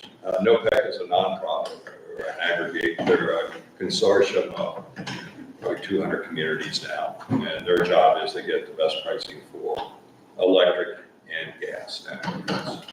So we had a meeting with them. Kyla sent the rates for the 12, 24, and 36 months. The 36 month is the lowest. And I did some apples and apples against, Ohio had someone called Clearview and another one, just direct. The difference between 12 months and 36 months is about a 3% reduction from NOPEC. If you compare it to Ohio West Public published rates. It's about an 8% reduction. And then Clearview and Direct were 34% higher. So it was way out of line. On the small commercial, if the rate for 36 months from NOPEC was within 0.02% of Ohio Edison's rate. And there is a natural gas component to it. They sent me contracts for each. I had them polish up the contracts that they offered, so I have one of each. My proposal on the electric, we'll go to gas later, would be to get lock in 36 months from a budget standpoint. It is a contract. It's not like you can go in and out of it. And it's a fixed rate for the term of the contract. So that's what my recommendation is, go for the 36-month for the street lighting and for the small commercial accounts. Now, NOPEC did, remember last month, Dyne Energy was trying to flip our account to them, and I got that stopped. That took about 3 trips to get it done, but we got that stopped. NOPEC did their research. Sometimes you already entered into a contract that might not allow this to go on. They said everything was okay, that we could make the changes. Now, or anything changes by the time you make the contract, I don't know. But we are required to get for these rates, we have to get those locked in by the end of the month. And those rates have come down a little bit since I started monitoring that back at the end of March. So for the electric, I would propose a resolution that we accept OPEC's 36-month streetlight contract. And on the small commercial, I would recommend we accept the 36-month from OPEC also. What's the difference between 12 months and 36 months in price I'll again? give you an example, just on the streetlights, 0.0705. 24 months was 0.0697, and 36 months was 0.0683. Roughly about a 3% difference between the shorter month to the higher month. Do you want to lock them in for 3 years in case it doesn't pan out the way we want it to? Well, whatever you decide, you're wrong, because it changes every week. Well, I know experience- she'd send you one of those a week, but. Well, I go for the longest rate for electricity's is going into some high demand issues because of all the activities going on in the industrial market. Artificial intelligence is evidently a big drain on electrical users, so you see a trend going up in that. So the price will stay the same for 3 years? That's correct. Now, if the rates should go down, will NOPEC honor that lower rate This is an agreement. for 3 years? I mean, that's a 3-year agreement, but if that price drops, I mean, if it's a, No, you can't, yeah, but also if you lock it in for 12 months and it's up 15% next year, you've lost everything. So my experience is on these kind of things, I try to lock them in as long term as I can in a favorable rate. but if it does go down, would NOPEC offer us a lower rate? I'm As gonna a say, aggregation? they're gonna commit to the contract. The mayor did bring that up. You could maybe bust a contract and maybe some penalties to bust a contract. But it would take a substantial drop in the rate to make that happen. Right. I don't feel that way. I mean, if it's just a couple pennies, no, it's not, but if it's a significant drop, I didn't know if they, since we're in that aggregation with them, if they would honor that. I also asked if it would have any effect on the little deal you've got going with Ohio Edison about replacing the streetlights when they burn out without LEDs. I don't know that would affect it, just who your supplier is, but. Well, I mean, but Ohio Edison sent out that thing of their, That doesn't affect any of that. Of the contract that goes, there's only a small column in there that we're dealing with. They have all of the rates that they give for the poles, for providing electricity.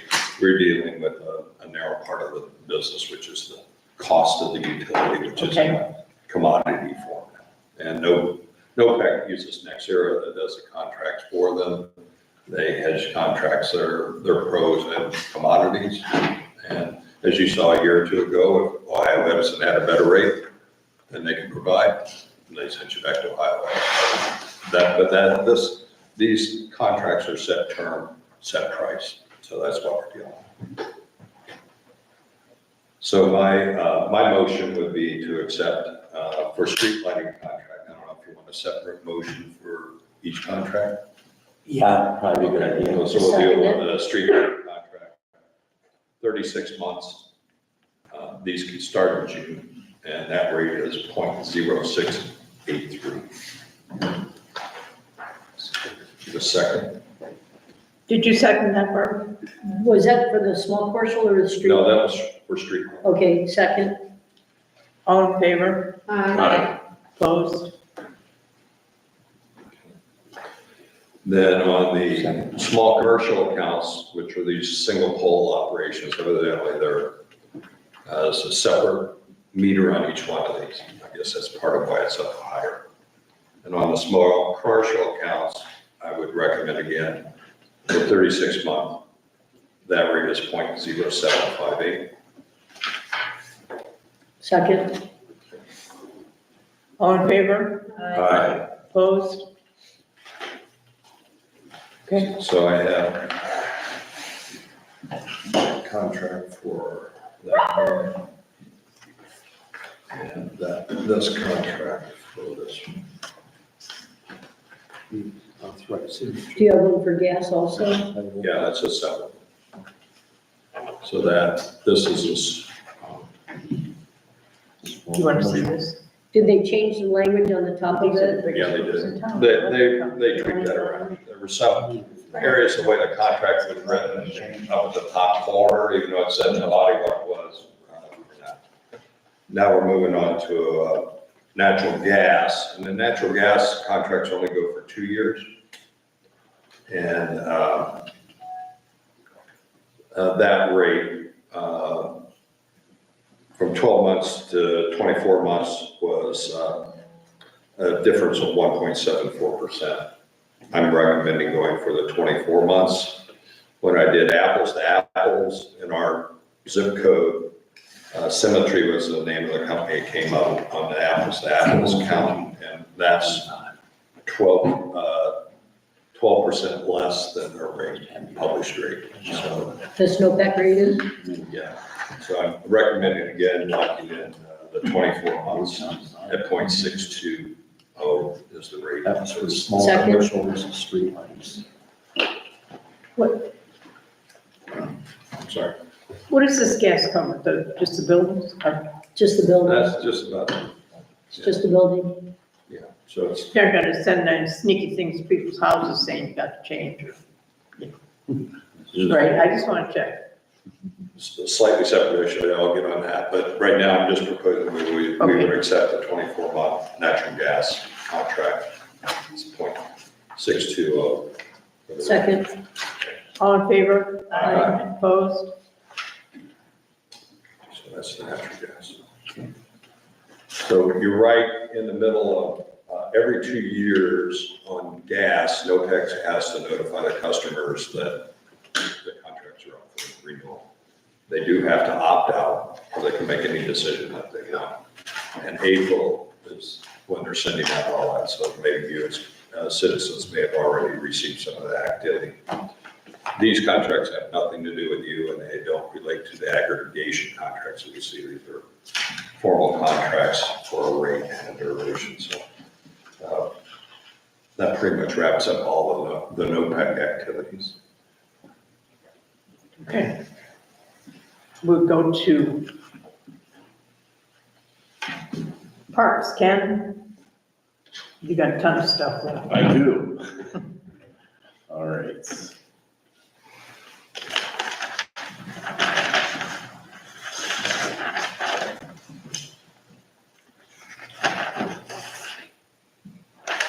Like every year, the beach open is Memorial Day weekend. Just finished editing the park attendance applications, and they'll be posted online at our social outlets and a stack will be, supplied over at the post office. And what we discussed before, we have this year's a key year. So we have new locks and new keys that should be, they should be delivered probably this week, well, probably next week, I'm thinking, most likely. We just got that taken care of. And do you want to do the docking agreement while you're talking about that? What's that? The docking agreement with Medina County? Yeah, we can do that. Did you all get a copy of this docking agreement? I did, yeah. I don't think I have that printed up though.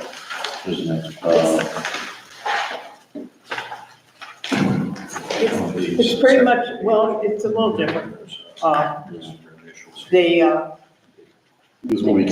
changed the requirement of lake rights being in deeds. Now this is just for our village and Euclid Avenue. It's just natural. For our village in particular, they just have to prove that they live in the village. This is very similar and exactly, well, not very similar, it's exactly like what our criteria for getting a key to the boat ramp. So the lake rights themselves are taken out. The fee for these stickers, these dock stickers, everyone will pay $75.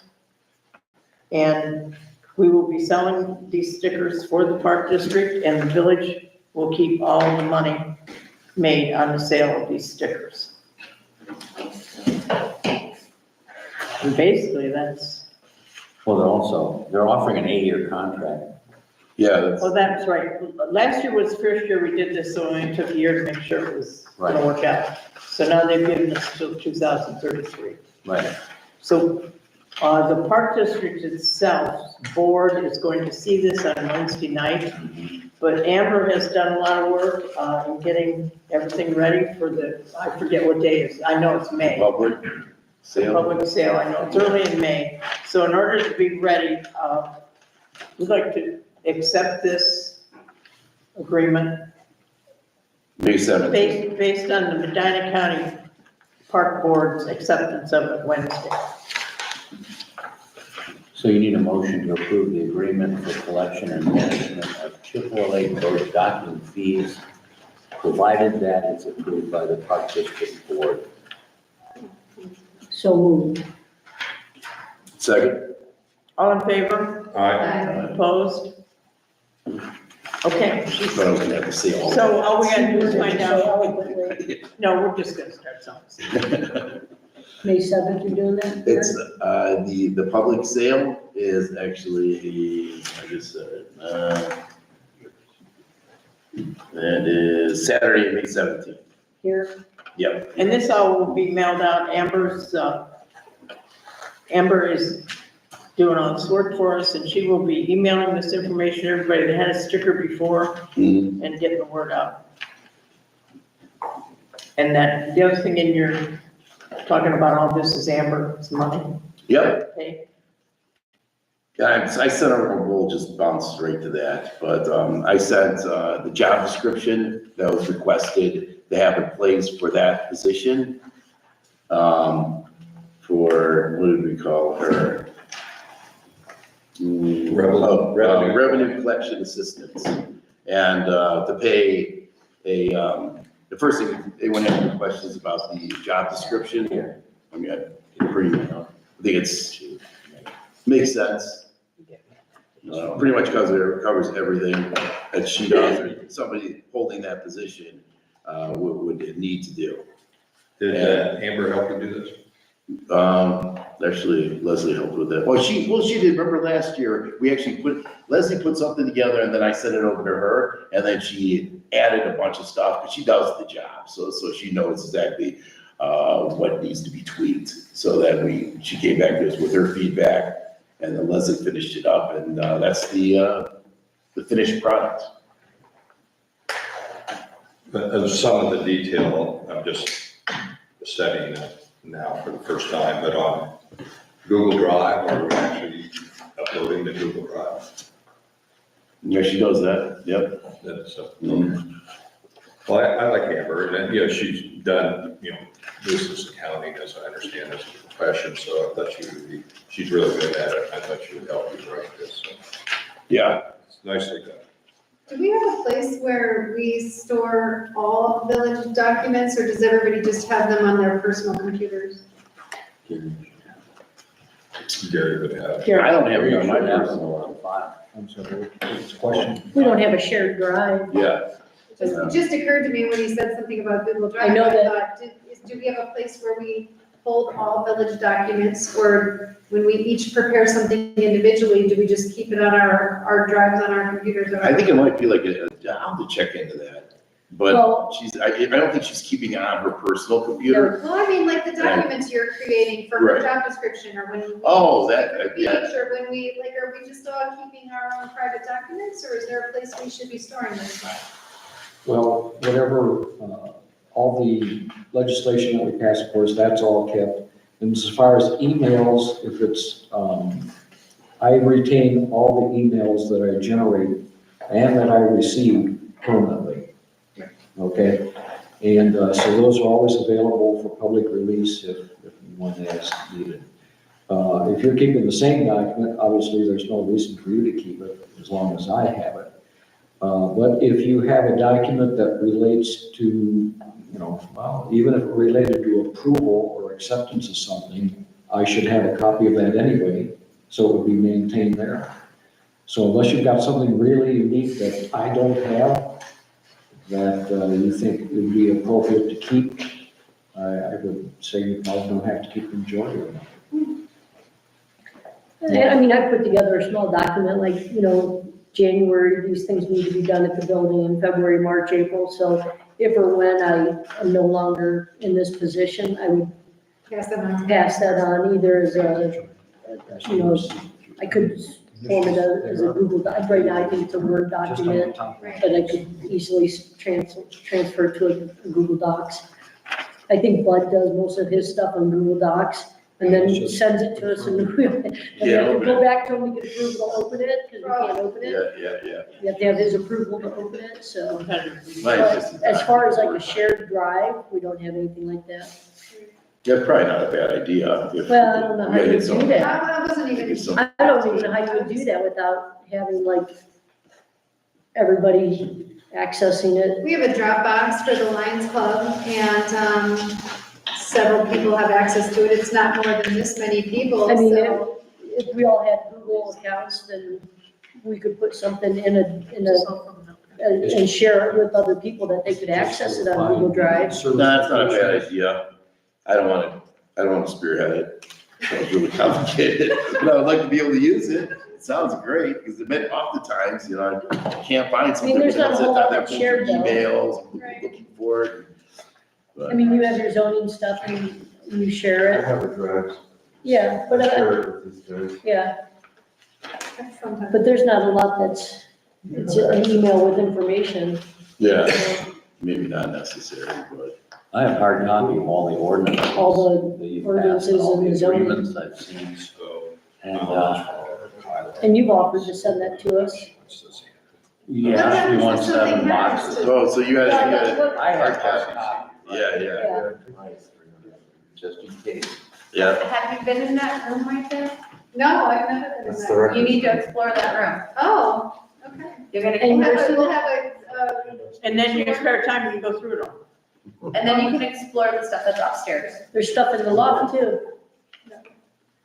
Really old stuff in the loft. yeah. Archives?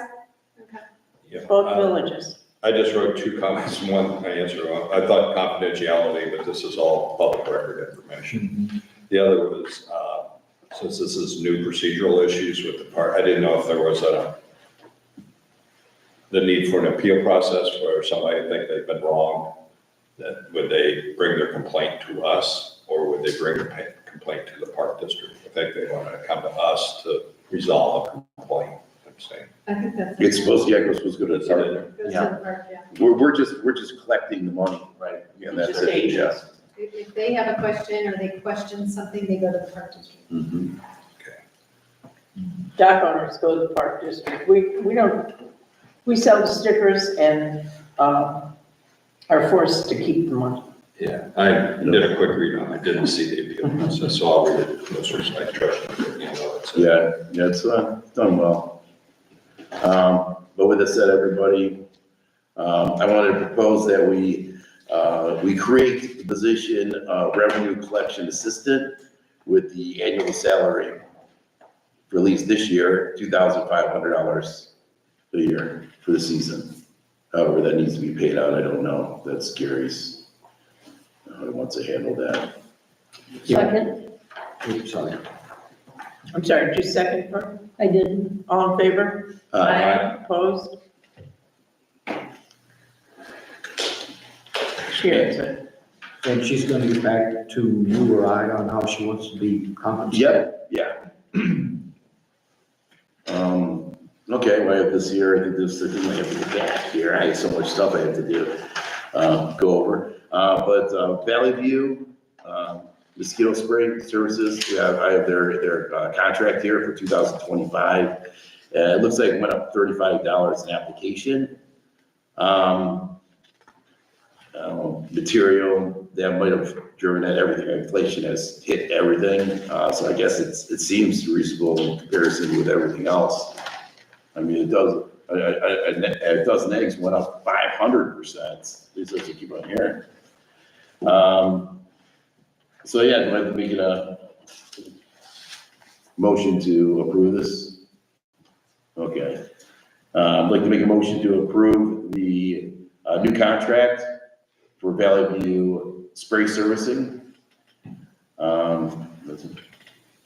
Are you spraying once a week or twice a week or We'll twice start a out week with when twice a necessary? week. Sometimes it goes up, well, it's whatever's necessary. For every so often, if I get a lot of complaints, we'll bump it to 3 times. But it's going up, man. It's not cheap. It's $550 an application, per spray, but we need it.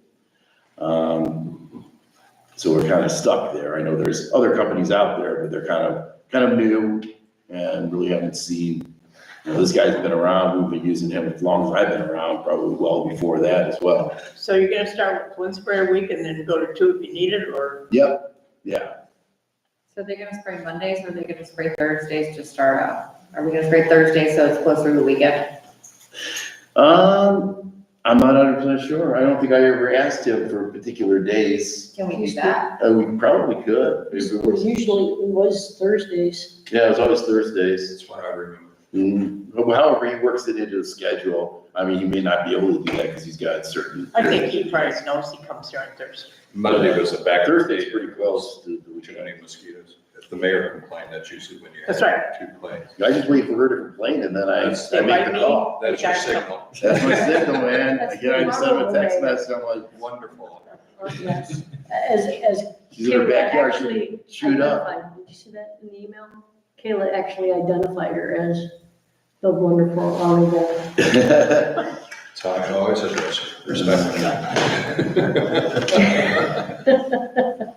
Teachers now. You're rolling right along here, Kim. Second that motion? Second motion, yeah. You seconded. I seconded it. Okay. We passed it, all in favor? I think we did. I got sidetracked. Okay.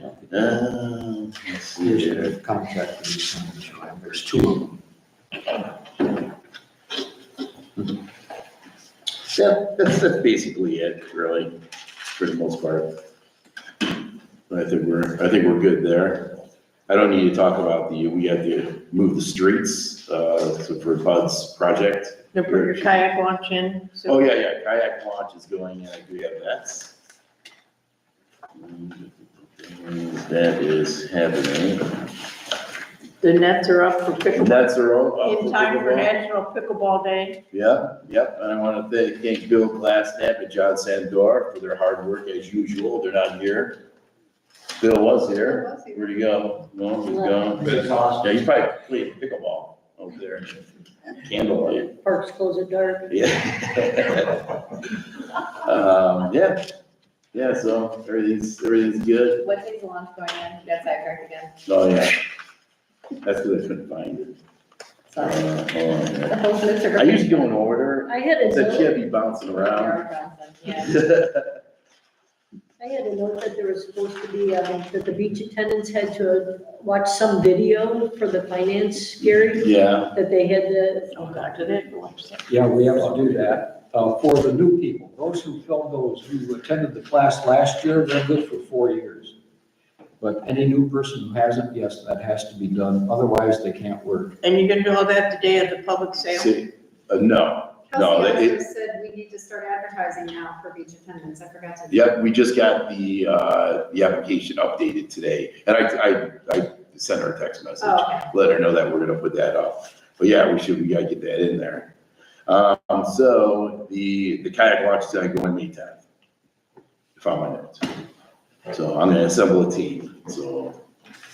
we're looking for What's in partners. this video that they see here? Is that one we had a single mistake? Right, yeah, it's, Fraud, yeah. The fraud one, remember? Right, I'm sorry. fraud, that little video was out there. Yeah, it's the same one that all of us, right. that I had to watch and sign off We had on. to take, it was mandatory last year to watch that video. I move it over. Did they add a section to the end about depositing their checks? But yeah, we have a, kind of a training day, that they come in and do the paperwork with Gary. And I think that would be a good time to have them do it. Maybe bring a laptop, we'll figure it out. That way they're here. One of them will have their phone on, Oh, you said that and they you, can play it on their phone. okay, At the same time, we can screen mirror it to the television here. okay. And then they can pick up their personal device and answer those questions. Then they're done, because they'll never do it. Yeah, because you're right, they won't do it on their own. And those have to be printed and kept on file, so how will that happen? I emailed mine to you. Okay, I don't remember, but I don't remember, I did everything on my phone. I okay, took a screenshot of the certificate and I emailed that to you. great. So they need to be prepared to be able to email it to Gary too, if they come to the meeting. Yeah. You want, maybe, I don't know if you're available or something, on whatever day it is, or Let me know. show what me you how do. to do it, or show Kelsey how to do it. Oh, if I can do it, Kelsey can do it. Yeah, She's tried to do it 10 times bigger than I could.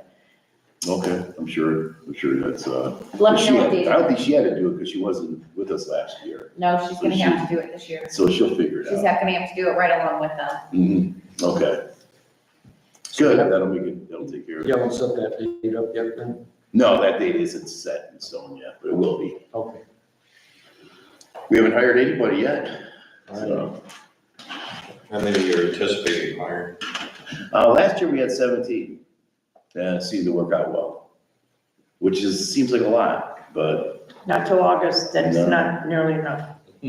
but a couple of them were like ones that weren't like starting right away, they were turning, coming of age, turning 15, during the middle of the summer, so they came on later. Nice little backup people. Do you expect a lot of rehires? I hope so, but you never know. Usually we have about half.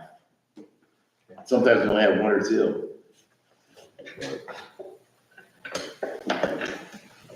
Okay, you got it all? No? That's it, yeah, that's all of it. Okay, we're gonna go to streets, obviously, well, Bud is not here, but Alan, who's got the contract for the road board? Gary's It's got it. here, right. Did you handle that? Yeah, I just, Ken's gonna. I was gonna just go over what it's basically a repair project. 2 legs, bungalow bay overlay.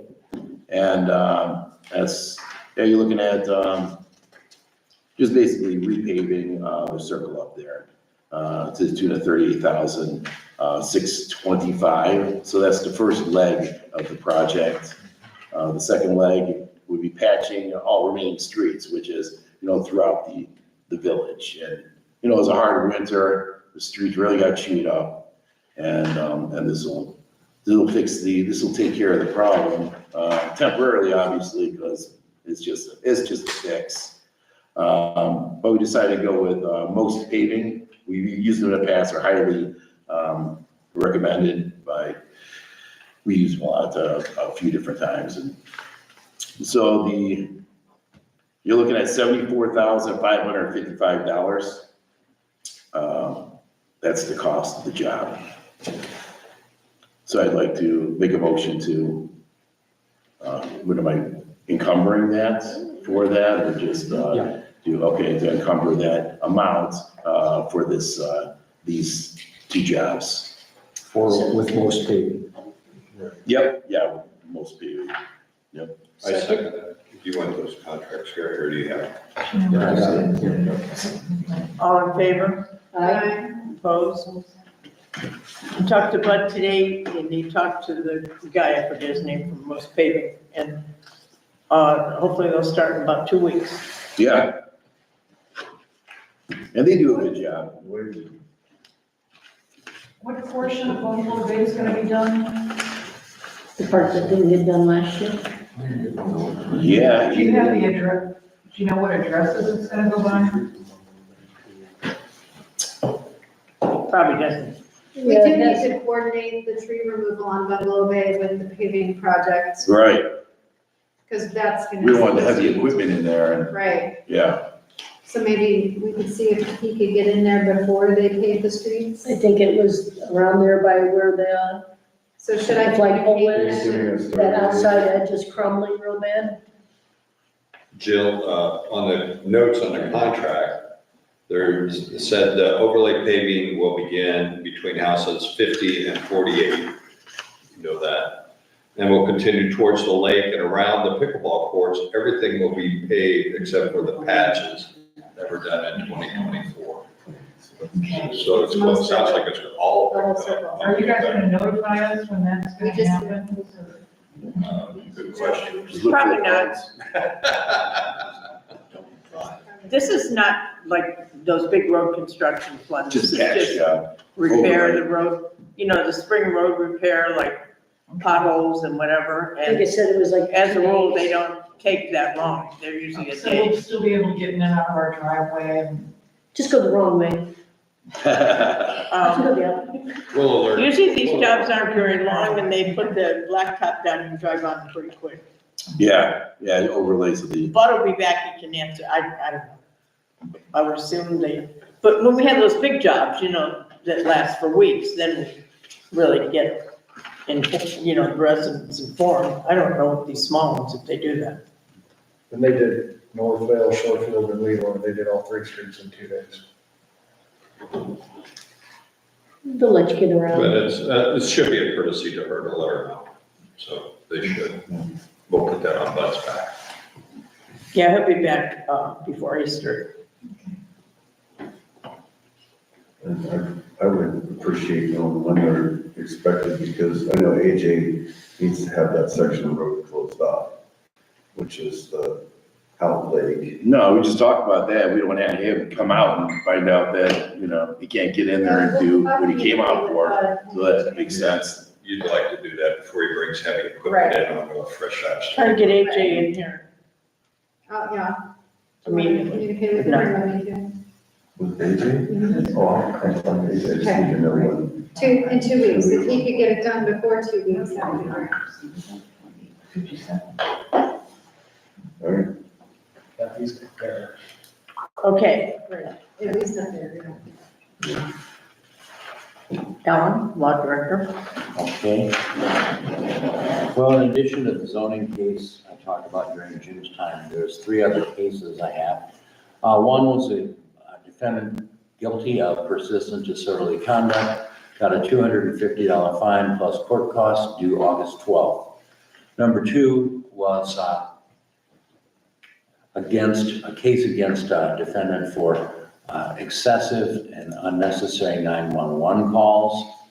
That case, he was apparently confined for treatment and was evaluated and found incompetent to stand trial by the court.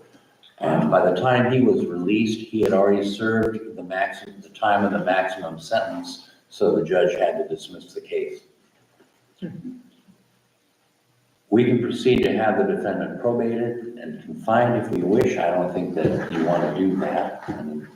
Is he continuing to abuse the 911 system? He'll be charged again. So he's not, you haven't heard?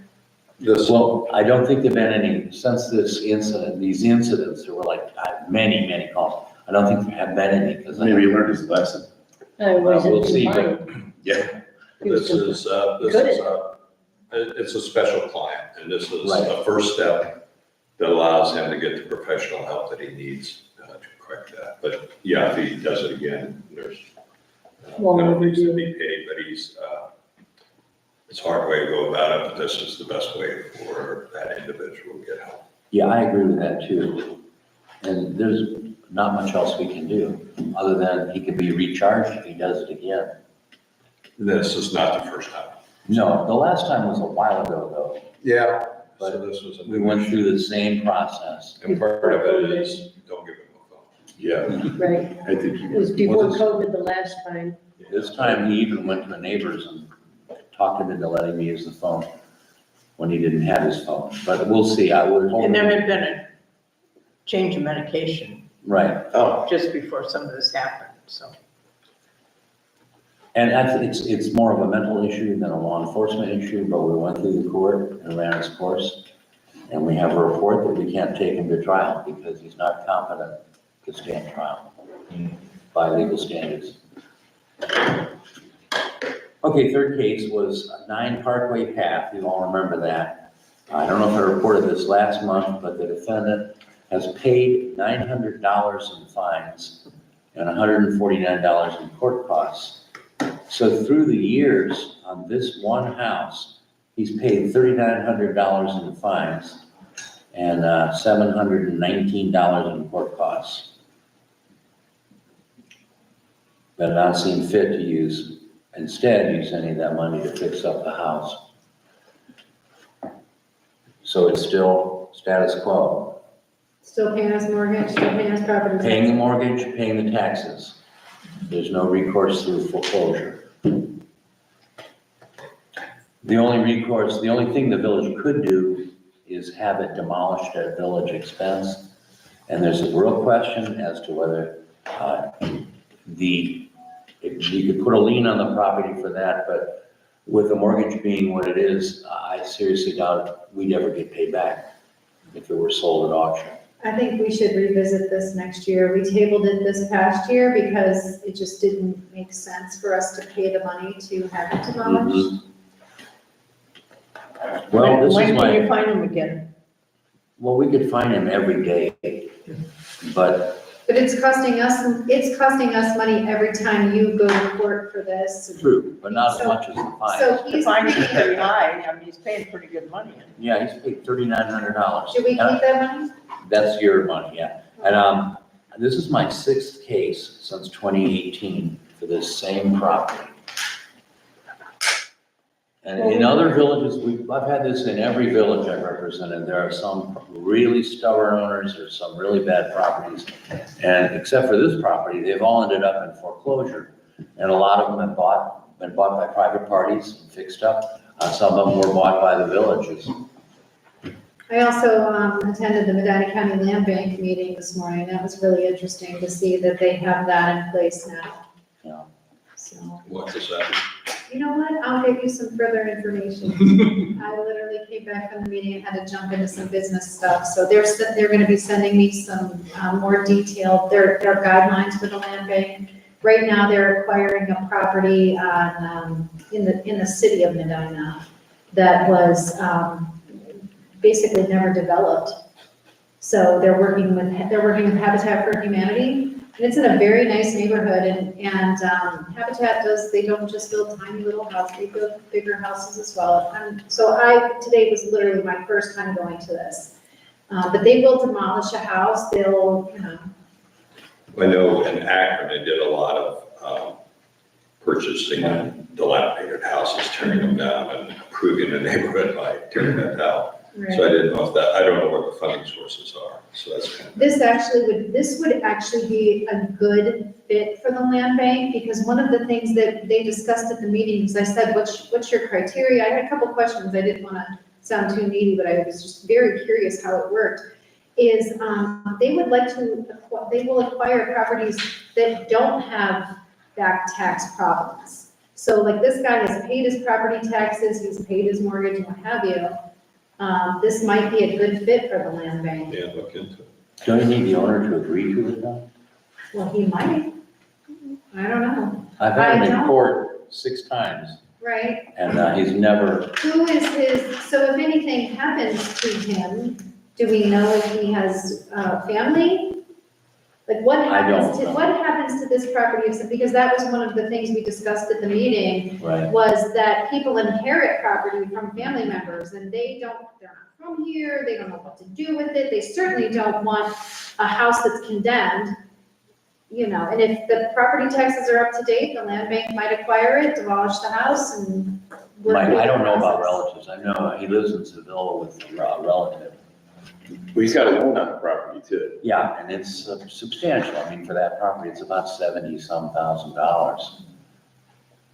So the taxes are up to date, which is, What about this park property in the pond? Can we give that to Medina? No.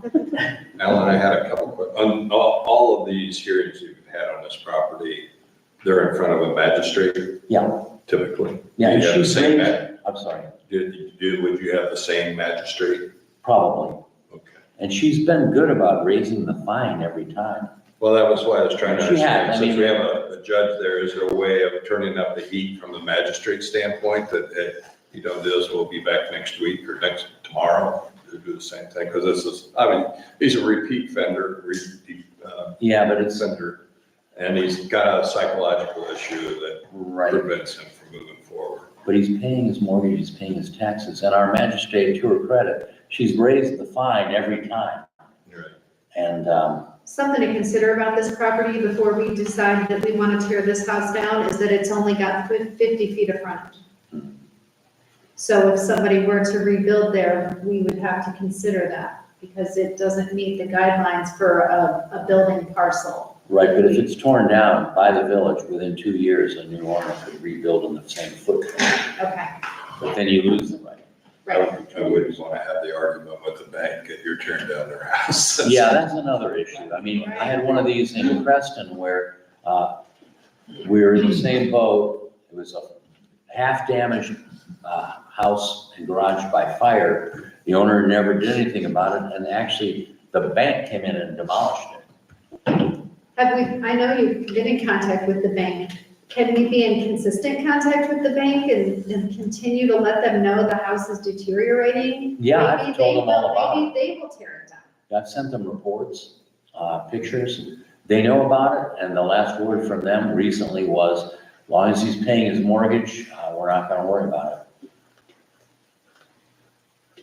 There you go. So we were very persistent, what is it, was it Circle Crest? The one at the corner, not the corner, but the next one over on Circle Crest that was always That's Rustic Brook. Rustic Brook. So, I mean, we were persistent over and over and over again. And that eventually went to, but that was foreclosure, wasn't it? New buyer.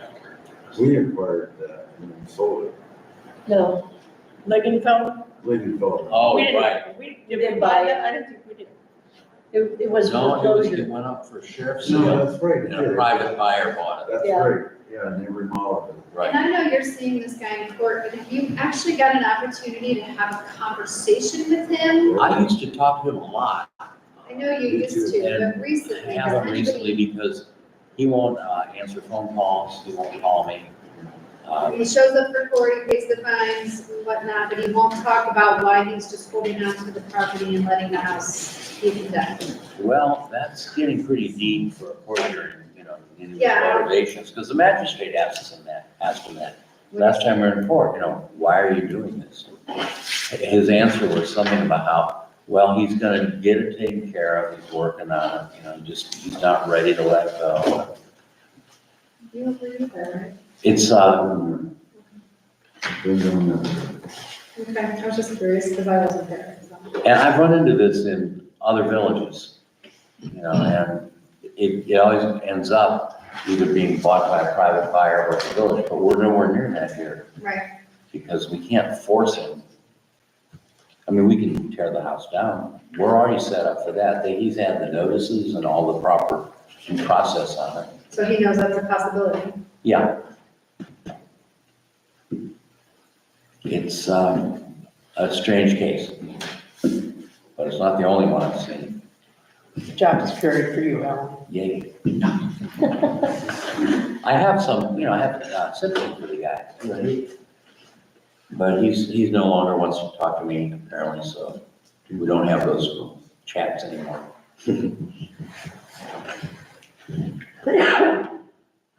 And that's my report. I don't have anything else to report on. Okay. Gary, finance? This past Saturday, I distributed the March bank reconciliation report showing all accounts in balance. Any questions by council? May I have a motion approving the council to sign off? So moved. Second. All in favor? Aye. Opposed? Thank you. This past Saturday, I also distributed the March appropriations report for review by council. Any questions, comments about appropriations through March? May I have a motion authorizing council to sign off? So moved. Second? All in favor? Aye. Opposed? Thank you. We already spoke about that. I have asked NOPEC about using the grant monies to pay for electricity for the Point Park because it's only, I was asked to do that. The whole Point Park? Yeah, for the electricity usage during the months that it's in. Oh, you asked what? I didn't, okay. I haven't heard back yet. I didn't know, I thought we were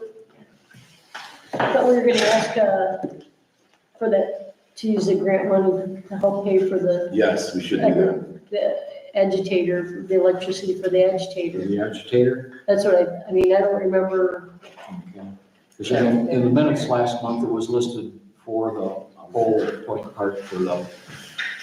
I mean, I know I'm gonna contact Ohio Edison to get that turned back on. Right. Yeah, I think that would be the best place to use it. Well, you might be able to use the NOPEC money for reattaching your electric, at least. Yeah, right, yeah, that's what you just mentioned. Okay, so then we encumbered an additional $6,000 or so from his budget. So, That just goes back, if we use that, or is that? but would NOPEC reimburse us if we use, we can't ask NOPEC after the fact for the money for the electric down here for the pond, can we? After the fact, no, they prefer to approve it before. How soon can we, put in for that? Oh, I can put in right away for it if you want. Yeah, But I why don't we need do a that? We bid. need to get a I bid. need a quote. Oh, okay, I'll get on that. Right after you contact After the I talk park to the parks, yep, That's your first step. that's my first step. They're usually pretty quick back, it would be, and usually if it's an electrical issue, that's their criteria. Who's the best contacts to Park District? Nada. Okay, I have this guy, I have this. info. And then I can give you information So from then, from Ohio Edison to get a quote. They're not as quick. So after you get the information, then let me know and we'll get the Ohio Edison to get an estimate for it. Okay, I Sandor, don't have any contacts. Sandor could call in for you too. He's on that citizens committee, so he works with Nate all the time. Oh, okay, Yeah, but Okay, you no, used it's just, Thompson Electric for some of that. Sorry, okay, yeah, But you used Thompson Electric for some of that pole work. they did the bollards and the panels down at the beach, but Ohio Edison had to connect the power. Is that about right now? Okay. so then you're not looking to use NOPEC monies on paying for the power bill for that pole during some months. just the I electrical. didn't know that we could do that. Well, you asked me to check, and that's what I'm checking with you now. I know, I'm sorry, Gary, I don't recall asking to use NOPEC money for the electricity down there. Just for I the don't- electrical work, that's just- what we're thinking. I just don't recall, I think I remember you asking. Yeah, for the installation, not the monthly charge, not for the monthly charges. for the installation. Yes, Capital cost. For a pole? I think so. I mean, You got a pole. We don't need a pole. we were, Service connection. I mean, there's expense, right? I don't know how much they charge us to turn that meter back on. I don't either. I just know that every year they give you a different account number for That's it when they turn it back on. Right. Now, we need to have that power on, year round. Down here we do, but not at the point. Not at the point, okay, I thought we were, yeah, I was all right with the. I think that, because I think the park committee would like you to leave it on through Christmas. Mhm. They're putting in different lights. Next year they want to put electric lights down there instead of solar. Is that right? It could be, yeah. I think I heard that. I think Pam said that. We can do that, have them shut off the one at the beach and then leave that one on until Christmas, New Year's. I'm sorry, Gary, I don't remember, No, it's okay. I don't remember requesting that. Okay. All right. Okay, as of the end of January, balance of primary checking account, $409,210.51. Money market, $205,063.42. Star Ohio, $112,849.62. Total, $727,123.55. Any questions, comments? Okay, that's it. Thank you. Okay, do we have any more old business? I just have one thing. I was working on a welcome packet. I don't know if everyone recalls. And then this weekend I found this welcome to Chippewa letter that the Pride Committee used to hand out. I don't know if anybody knows if this is still getting handed out to people. I can communicate with Pam. But I just wanted to let you know I'm still working on, we were talking about like new residents and stuff. Thank you. Okay, we'll go to the audience. I have new business. Go ahead. We have old business. I guess mine's new also. I did forget to mention that I was going to contact the water department and the electric department to turn that water on. But I'm gonna wait until they do their pop party for the Pride. I'm not gonna have them turn the water on until they do the pop party and put the pots out. Don't you turn the water on for the tennis courts at the same time? Yeah, Well, the courts are, the the courts nets are up. right. It'll be on before Memorial Day. One time you turn it on, then you know if you got a leak or a broken valve or something, so. We don't want a bunch of Some pickleball players initiatives painting to up do it there. early.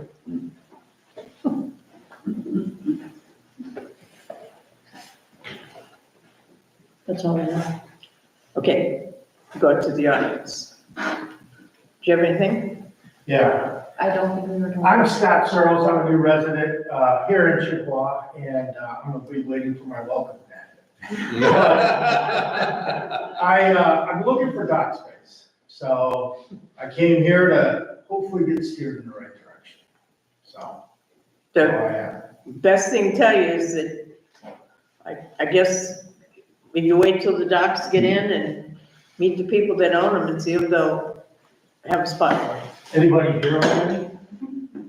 We do have a dock owner here, but, it's up to the individual dock owners. We can't, they're starting to put them in now, so, How can you become a dock owner? well, right at this moment, you cannot. They're at capacity on docks, so different people own them, and then, you just ask them, or, sometimes you pay a fee, but, you just kind of make friends with dock owners. I know that sounds lame, but. Because they're not here all year round, they're not always living here.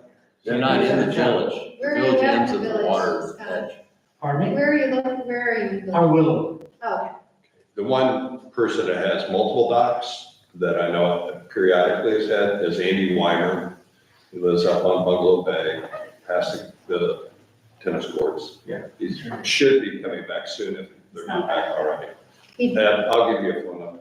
All right, perfect, thank you. I don't think he wants his phone number given out, but if we could give him your phone number, that would be good.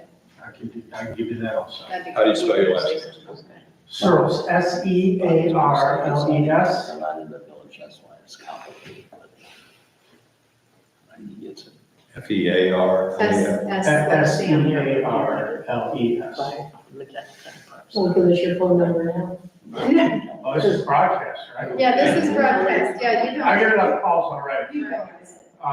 After the meeting would be good. Yeah, I'll give it to you after. But, and I actually had emailed Amber, and she was really good at communicating back and forth with me, and she gave me some information, and she said that she actually, I believe, may have spoken with him and said for me to contact him in the spring, but you can contact him, that'd be better, so. Our Legally, meetings the, aren't always this crazy.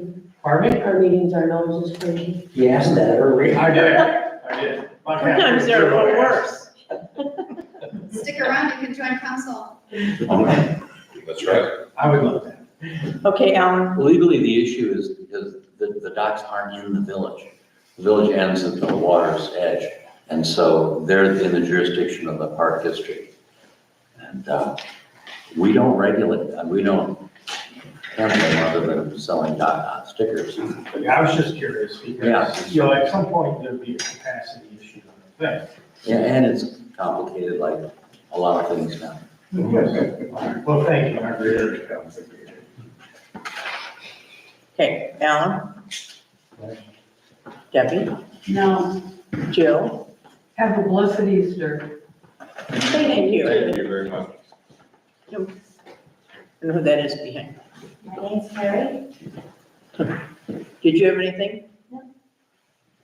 What's your name? Carrie? Carrie? Greg?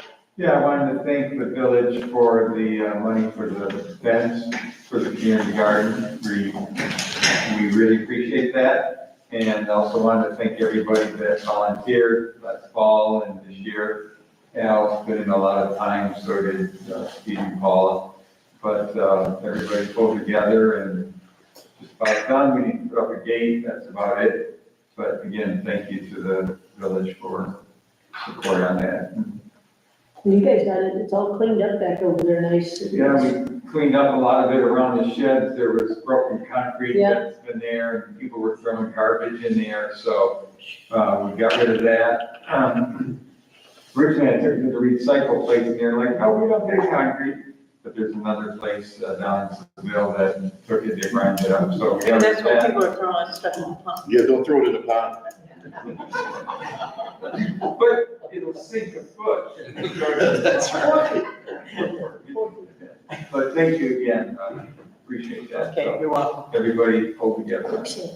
JB? No, thank you. Okay, now we will go to new business. I had just a couple of things. It kind of was a carryover from the last meeting. EMA sent us a survey. Nobody knew what to do with it. I reached out to Noah Eddy, one of the EMA guys, and he never really called me back. I finally made contact with him today. So the survey that you had asked about last week, Gary, I will handle that by the end of the week. Thank you. Second, just one other, it's an EMA issue. I really did this on my own last volition, but it was a CERT training, which. Your wife accused me of signing the job, by the way. She accuses you of a lot of things, I know. Some, but we'll leave that off the table. CERT stands for Community Emergency Response Team. I only did it to see, because we did some things years back with, what ended up to be Claire's List was actually Neighborhood Watch and some other things organizing if we had whatever. And we'd had wind shear, we had floods, we had trees down, those kind of catastrophes. So I just really kind of went to learn. It's a nine-month program, give you certification, and it's EMA for you. But this is the community, if you have an emergency disaster, before the professionals become available. So I'd always know who the nurses are in the community and doctors in the community, because this is, a tornado goes across Buffalo Bay, and I'm not here, that doesn't make any difference. So it's really who people coordinated, can you get communication out, can you know basic things. If somebody's injured, damaged, triage, it can be the whole extent. We're not in the areas that have wildfires, so there's a lot of other thinking that goes on with this. So it's a lot of EMA people. Matt Sturgeon, who had been with EMA locals, moved on. He's teaching the second class organization training. So if anybody wants more training on certain nurses in the neighborhood, expect me to call and find out your numbers and be coordinated with you. Same with doctors. We have one of those type of people present. So it's kind of interesting. So that's what I'm doing, and you don't have to authorize me to do that. I informed Mrs. Robbins. I know, she's my sixth wife, so I'll tell her back off. She said, you mean you didn't assign him? So I was wondering if you had sent it in as an excuse to go to this? No, you're innocent. I'm not guilty. That's what I said. Not because I was- Okay, That's any all. more new business? That's all. I do, I have two things, one I just remembered. So at Point Park, we are not allowed to build any permanent type structures. But I was talking with Lori Safco about the Pride Committee has the porch rocker program that she has so graciously been letting us use her house for porch rockers. When we were on vacation in Florida, we went to this pub that had, basically a small stage, not huge, but it was built on pallets maybe, or it could be lifted up and moved. It was about as big as this space right here. It had, like posts that came up, and then it was almost like a lean-to that you literally could skid steer and move if you wanted to. I showed it to her and I said, is this something that we could possibly put down by the electric meter at Point Park and relocate all of the porch rockers to Point Park, which is very close to where they already are, and then she wouldn't have to use her house. When they're not home, then they have to find somebody else to use their house. So I wanted to bring it to Alan Michelson to see if he could look into that and see if that's something we could do, because I'm sure we could find somebody to build something like that, and we would definitely use it for our events. And We already have a flat base for a stage. so is We that invested in something that, you like, want to get out for all the 3 porch years ago. rockers and? I mean, it could be, it could be utilized I as think part she's of. talking about something that's more or less, it's not permanent, it looks kind of like a deck, but it's. Well, she had mentioned that she thought maybe it had been made out of pallets. Well, I mean, it's a small structured-like thing. It's almost like a movable lean-to that you can move around. So, I mean, if we had to move it, we could move it, but it would stay there for the summer or however long. It's not a permanent structure, and that's why I'm asking Alan if we're allowed. It's not permanent, I think, yeah. I think so, because, there are a lot of portable stages. Right. Places uses and communities. And what the restrictions on Point Park say is that no building of any kind can be built, except a boathouse. Right? I mean, you could have abandoned a boathouse, I guess. I mean, we could put kayaks around the back of it, and it could be a boathouse. I'm joking, but seriously, I Right. really thought, I took photos of it. I thought it was a very tasteful alternative. And it's kind of nice to have the porch rockers down in that location, because then kids can play on the playground, parents can socialize, And it's a and, very large location. for It that is. as well. Yeah, It's that'd the be nice. perfect location for that. right, and then we wouldn't have to rebuild Yeah, stages for flooded. events. So that's, I just wanted to clarify that before we did any more research on it, so, That sounds like. Funny that the restrictions also say you can have okay. moderate recreational uses. You could have retaining walls, gardens, walls, piers, tennis courts, nothing permanent of a building nature. So, if it's movable and it gets moved, I'd say there's no problem with it. Is it something that we'd be able to disassemble and store? Probably. Or would it- You could where would probably we move build it with- Where would we move it to? I don't know, this is just a first I like introduction this idea. of the idea. What about portable stages? We could build it with bolts, so you can pull the bolts, When you do that disassemble it. puzzle, make that one there, we could get it out the street, put it on a trailer, and drop it up here next to the shed. If we needed to. Yeah, that's a good idea. So, Probably get that guy that puts a stock in with the skid steer every year. Maybe that would give us a helping hand. if you think it's something we could do, then we can research it more, community relations can, pride committee can. I just planted the seed and Lori was like, oh, that sounds great. So, okay, so that was the first thing. The second thing that I had for new business is, short-term rentals. So we have been having some issues with a few of the short-term rentals in the community. Do you know how many we have? Do I know? No, I don't. You know why? Because we don't have any registry of short-term rentals in the community. But, I spoke with, the mayor of Seville, Rick Stollard. In the community, the village of Seville, they have put together a short-term rental, just some guidelines.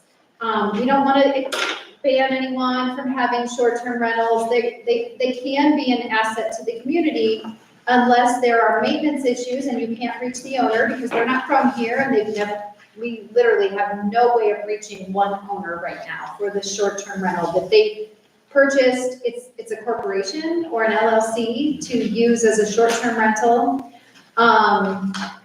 They hired a property management company, and so right now, I mean, eventually we will contact them. If we need to get Alan involved, we will.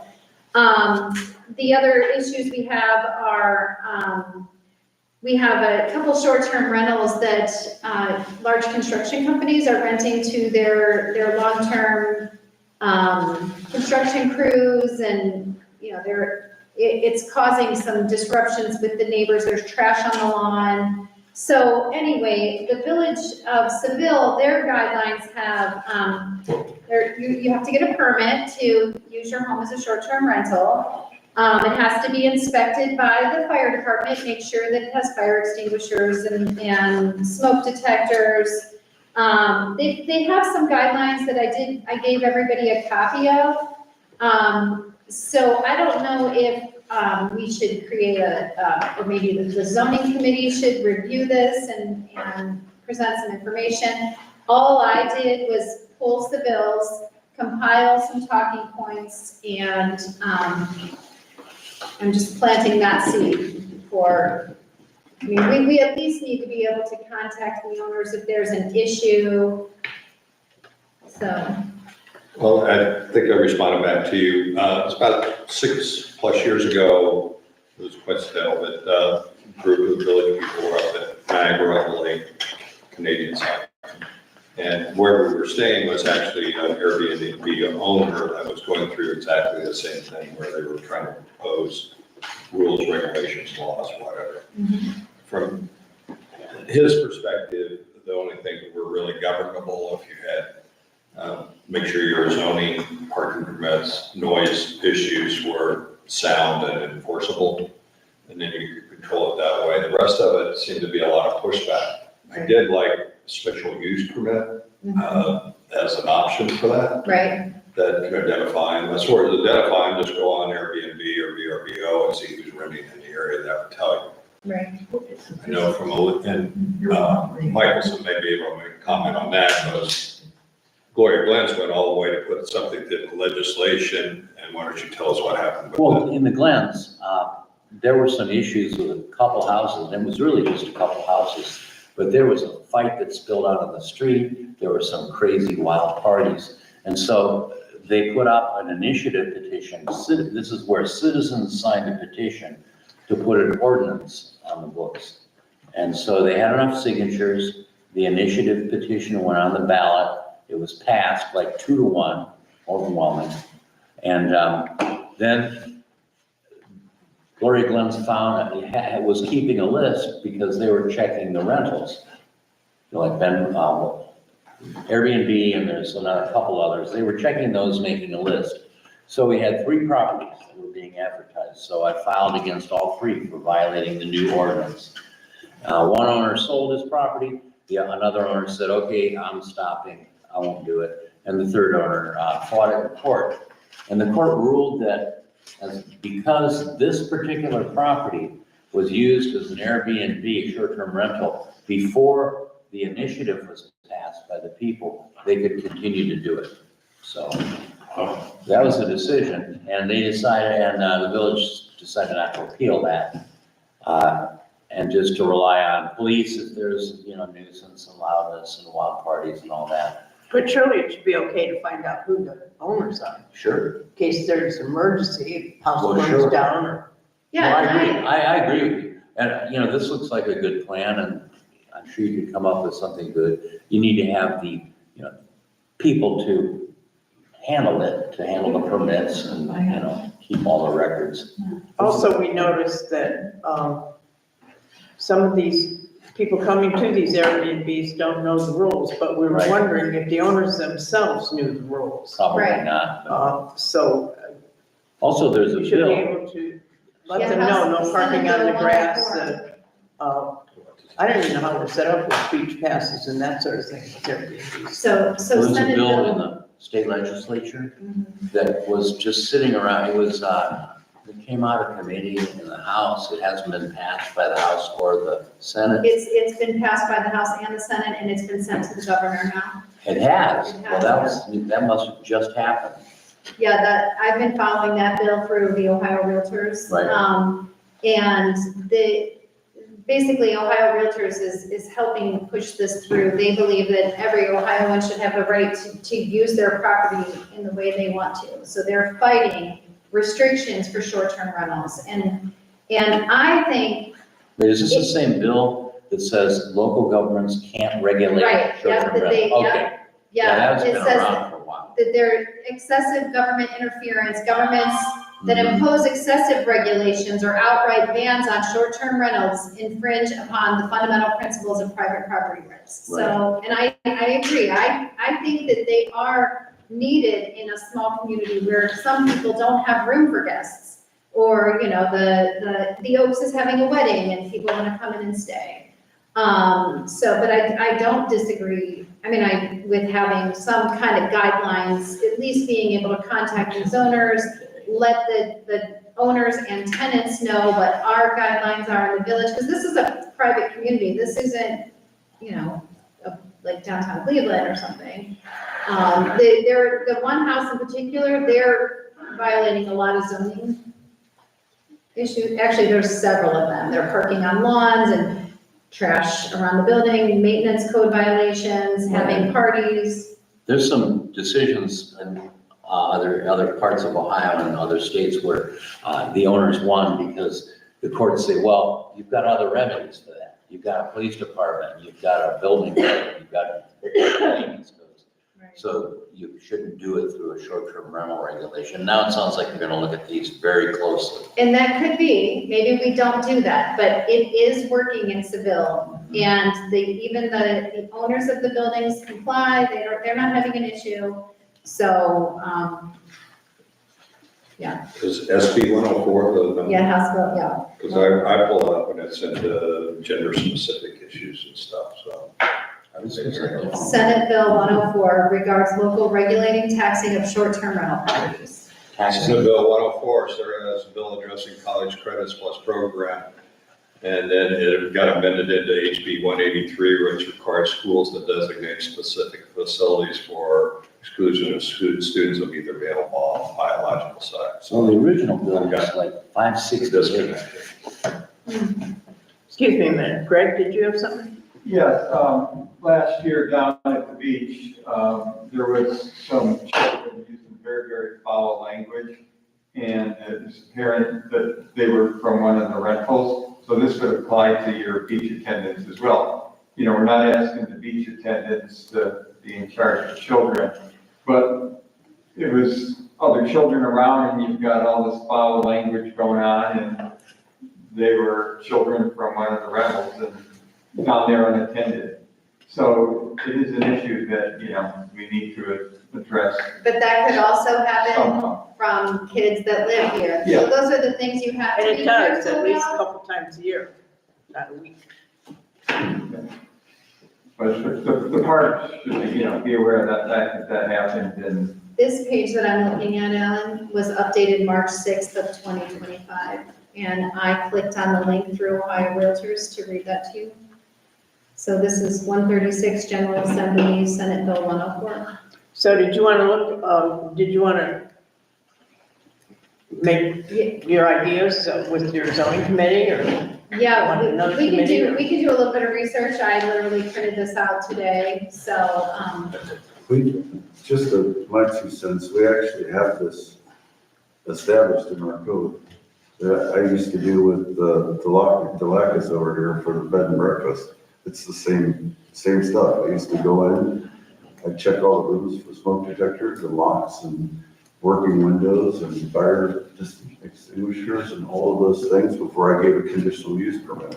That's under bed and breakfast inns, Right. so we'd have to modify it a little bit. Right. It's a little more, But if you want to talk, like, we have it on the books already, but so. not for Airbnb, short-term rentals, that's for bed and breakfast inns. Right. so we So can you want make to go in some and of the check one of same. these Airbnb type things Terminology needs. for smoke Right. detectors and that sort of thing, is that illegal?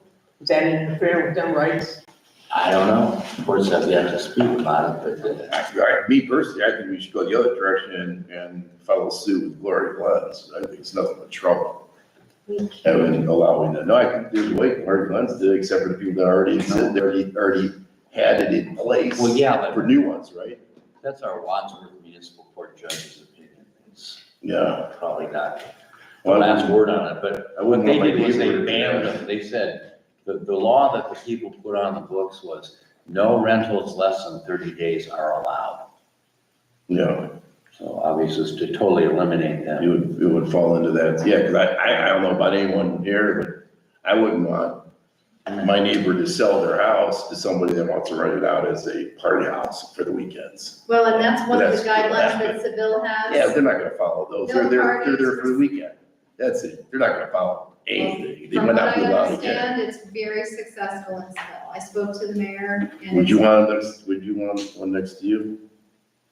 I can't speak to whether, I actually have some near me. They Yeah. haven't had any problems. I was told another thing that's successful is to report them to Airbnb or whatever the company is, because they don't want owners who are renting properties that become problem properties. Right, that's what I was told. And they can dump somebody from their enrollment, and that's pretty effective according to some.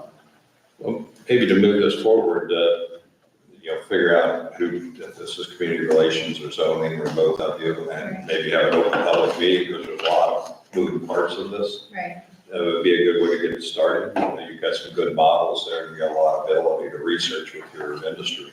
Invite the owners of these places. Well, they showed up in the Glens to speak at meetings. Yeah, I think that's a good Well, idea. There's a lot of, now, correct me if I'm wrong, that was very controversial. yes, And there were lawsuits involved and well, did 3 they cases. also have a HOA type there, some kind of an association in Yeah. Franklin? And that's how they're able to do the banning of that? Well, the association just covers the beach and the waterfront, the Okay. docks. But the 3 cases where I brought charges, they put this law in the books, so, my answer was, okay, I'll try to do my job. So we targeted 3 properties that we could clearly prove were being rented and took them to court. And we lost on the one because the judge in Wadsworth said, if you had it before this law, you get to keep it. Now, I don't think that's gonna be the last word on it. And also, I like that Seville example, but it might go too far, Right, under the new law. right. The conditional use permit, Jim, that's interesting, because that would kind of bring them to the table, and then we have some control of quality of the facility and et cetera, and identifies the player. And you can maybe, then if we go on Airbnb or VRBO and we identify another person, then we could do the conditional use permit.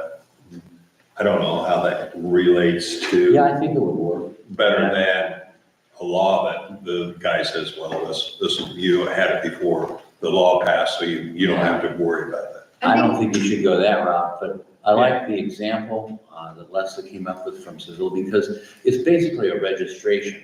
Right. But it goes way beyond that into like inspection upon change of ownership, inspection to get the permit. I mean, it may go too far under the new law. Well, the other issue, I mean, the complaints that we get from some of the residents are actually zoning issues. If somebody's parking on the grass, you're supposed to how do we notify that you're not supposed to be parking? You know, those are the complaints we're getting. Well, my neighbor's got 5 cars parked across his lawn because it's a short-term rental. Well, your other neighbor could do that too. We need to be enforcing all of our restrictions and guidelines. Yeah, and it'd be good to do a search of the, what is it, VRBO? I get it, NRBNB, whatever else, come up with, find out who the owners are that are renting it. Oh, yeah. And send them a fact sheet, that's one step. Well, that's what I was kind of working on with that welcome packet information would be specifically geared towards short-term rentals, because if the owners don't know our guidelines and the renters don't know our guidelines, they're parking in the street, and they're parking in the grass, and they're fishing where they're not supposed to, and so, again, Because you're to not clean figuring up, out the rules. right, to clean up some of that stuff, I was looking for just a one-page, hot sheet for zoning in a friendly way. I think it's a good idea, but I think the courts are gonna end up supporting private owners' rights to a great extent, because, it's the use of your property that you're restricting. I don't disagree. I also know one property that has long-term rental on the first floor, short-term rental upstairs. So be prepared. I know where that is, yeah. And that's I live there. Oh, It's fast, it's been there for time, it's so big. Yeah. Richard Drive pizza. Jack Daniels. Oh, So to move this forward, special meeting, or you're gonna come back with Yeah. recommendations? yeah, we'll come back with recommendations. I just wanted you to know that we were having some problems with some short-term rentals, multiple complaints from neighbors. And so I pulled this documentation from Seville today and just made this information, so. And in some of these cases, the people that owned the homes were new people too, so they might not have known the rules either. I mean, in all honesty, if we just had the phone numbers and contact information for the short-term rental owners, and we were getting complaints, we could just call and say, hey, we're getting complaints. I mean, it's not rocket science. If it's a zoning issue, then zoning gets on. But again, I talked to Carol, she said everything's working great in Seville, and I have their legislation. Right. That's all. Is there any other new business? Are we aware that there's another pole at the corner of Shadow Shore and Beachside where the Verizon put their pole in before? There's a new pole there right next to it. It's not a Ohio. Is there anything on the pole? It's not, well, not yet. It just recently was put in. You can see that it was dug and placed in there, and it doesn't have the doors on the pole, but it's still open so they can run wires, but it's right there, right next to the Verizon pole that they put in before. And, I mean, Where, beachside and where? Beachside and Shadow Shore, right across from Lori Nell's house. Well, that one pole had That box on it. yeah. Right, Wasn't that a so it's right Verizon? next to that. That wasn't Verizon. It's That was- something different. That was some people Verizon that put around that first had the pole in. up on. The first pole was Verizon. And And this pole isn't, or do you? I don't know, that's what I'm just saying, are we aware that there's another pole that And is, then they're using a label on it that identifies who's. just got put in, so there's no mark. Maybe Safco's getting more power to their house, have bigger companies. It's a metal pole, it's a black metal pole, very similar to the one that Verizon put in, Same but thing. bigger, it's a little bit bigger than the first one. I have no knowledge. I mean, then nobody contacted the village to say we're gonna add another one or anything like that, so, but it's there, and it's pretty recent, you can see that the hole was recently dug in the pole was placed in there. That's interesting. The dirt's still around the outside of the pole. Just, I didn't know if anybody else had been notified that they had asked permission to put another one I or don't something. believe they do that, they just do it. Well, I know that they contacted us the first time and said, we're gonna do it whether you want us to do it or not. We're just letting you help us just decide That's the not true. location. They were gonna put it back over here, and I remember Glassnap complained, and that's how it got moved down there. Well, nobody wanted it because of the RF, whatever, the Yeah, it was microwaves. a reception issue. Yeah, Is that Verizon? I remember all that. Yeah, it was up higher, so it'd have more coverage when you put it down by the lake than I benefited, but the people up the hill didn't. But, I mean, they said, they did contact us the first time and said, we're gonna do it, but we want your help on where to place it. So we did, but now there's another one, but nobody was notified of this. You would think that UCO or somebody would have notified us that something was gonna happen. That's why I brought it up to see if anybody was Maybe aware. we knew about the other one because we were complaining it hasn't been a meeting. Well, they came to us, Yeah, but they said, we're gonna do it. if you see anybody down there Maybe they're, working on it, I'll stop and ask questions, but I mean, they'll switch over from one pole to the next. Maybe. Going on.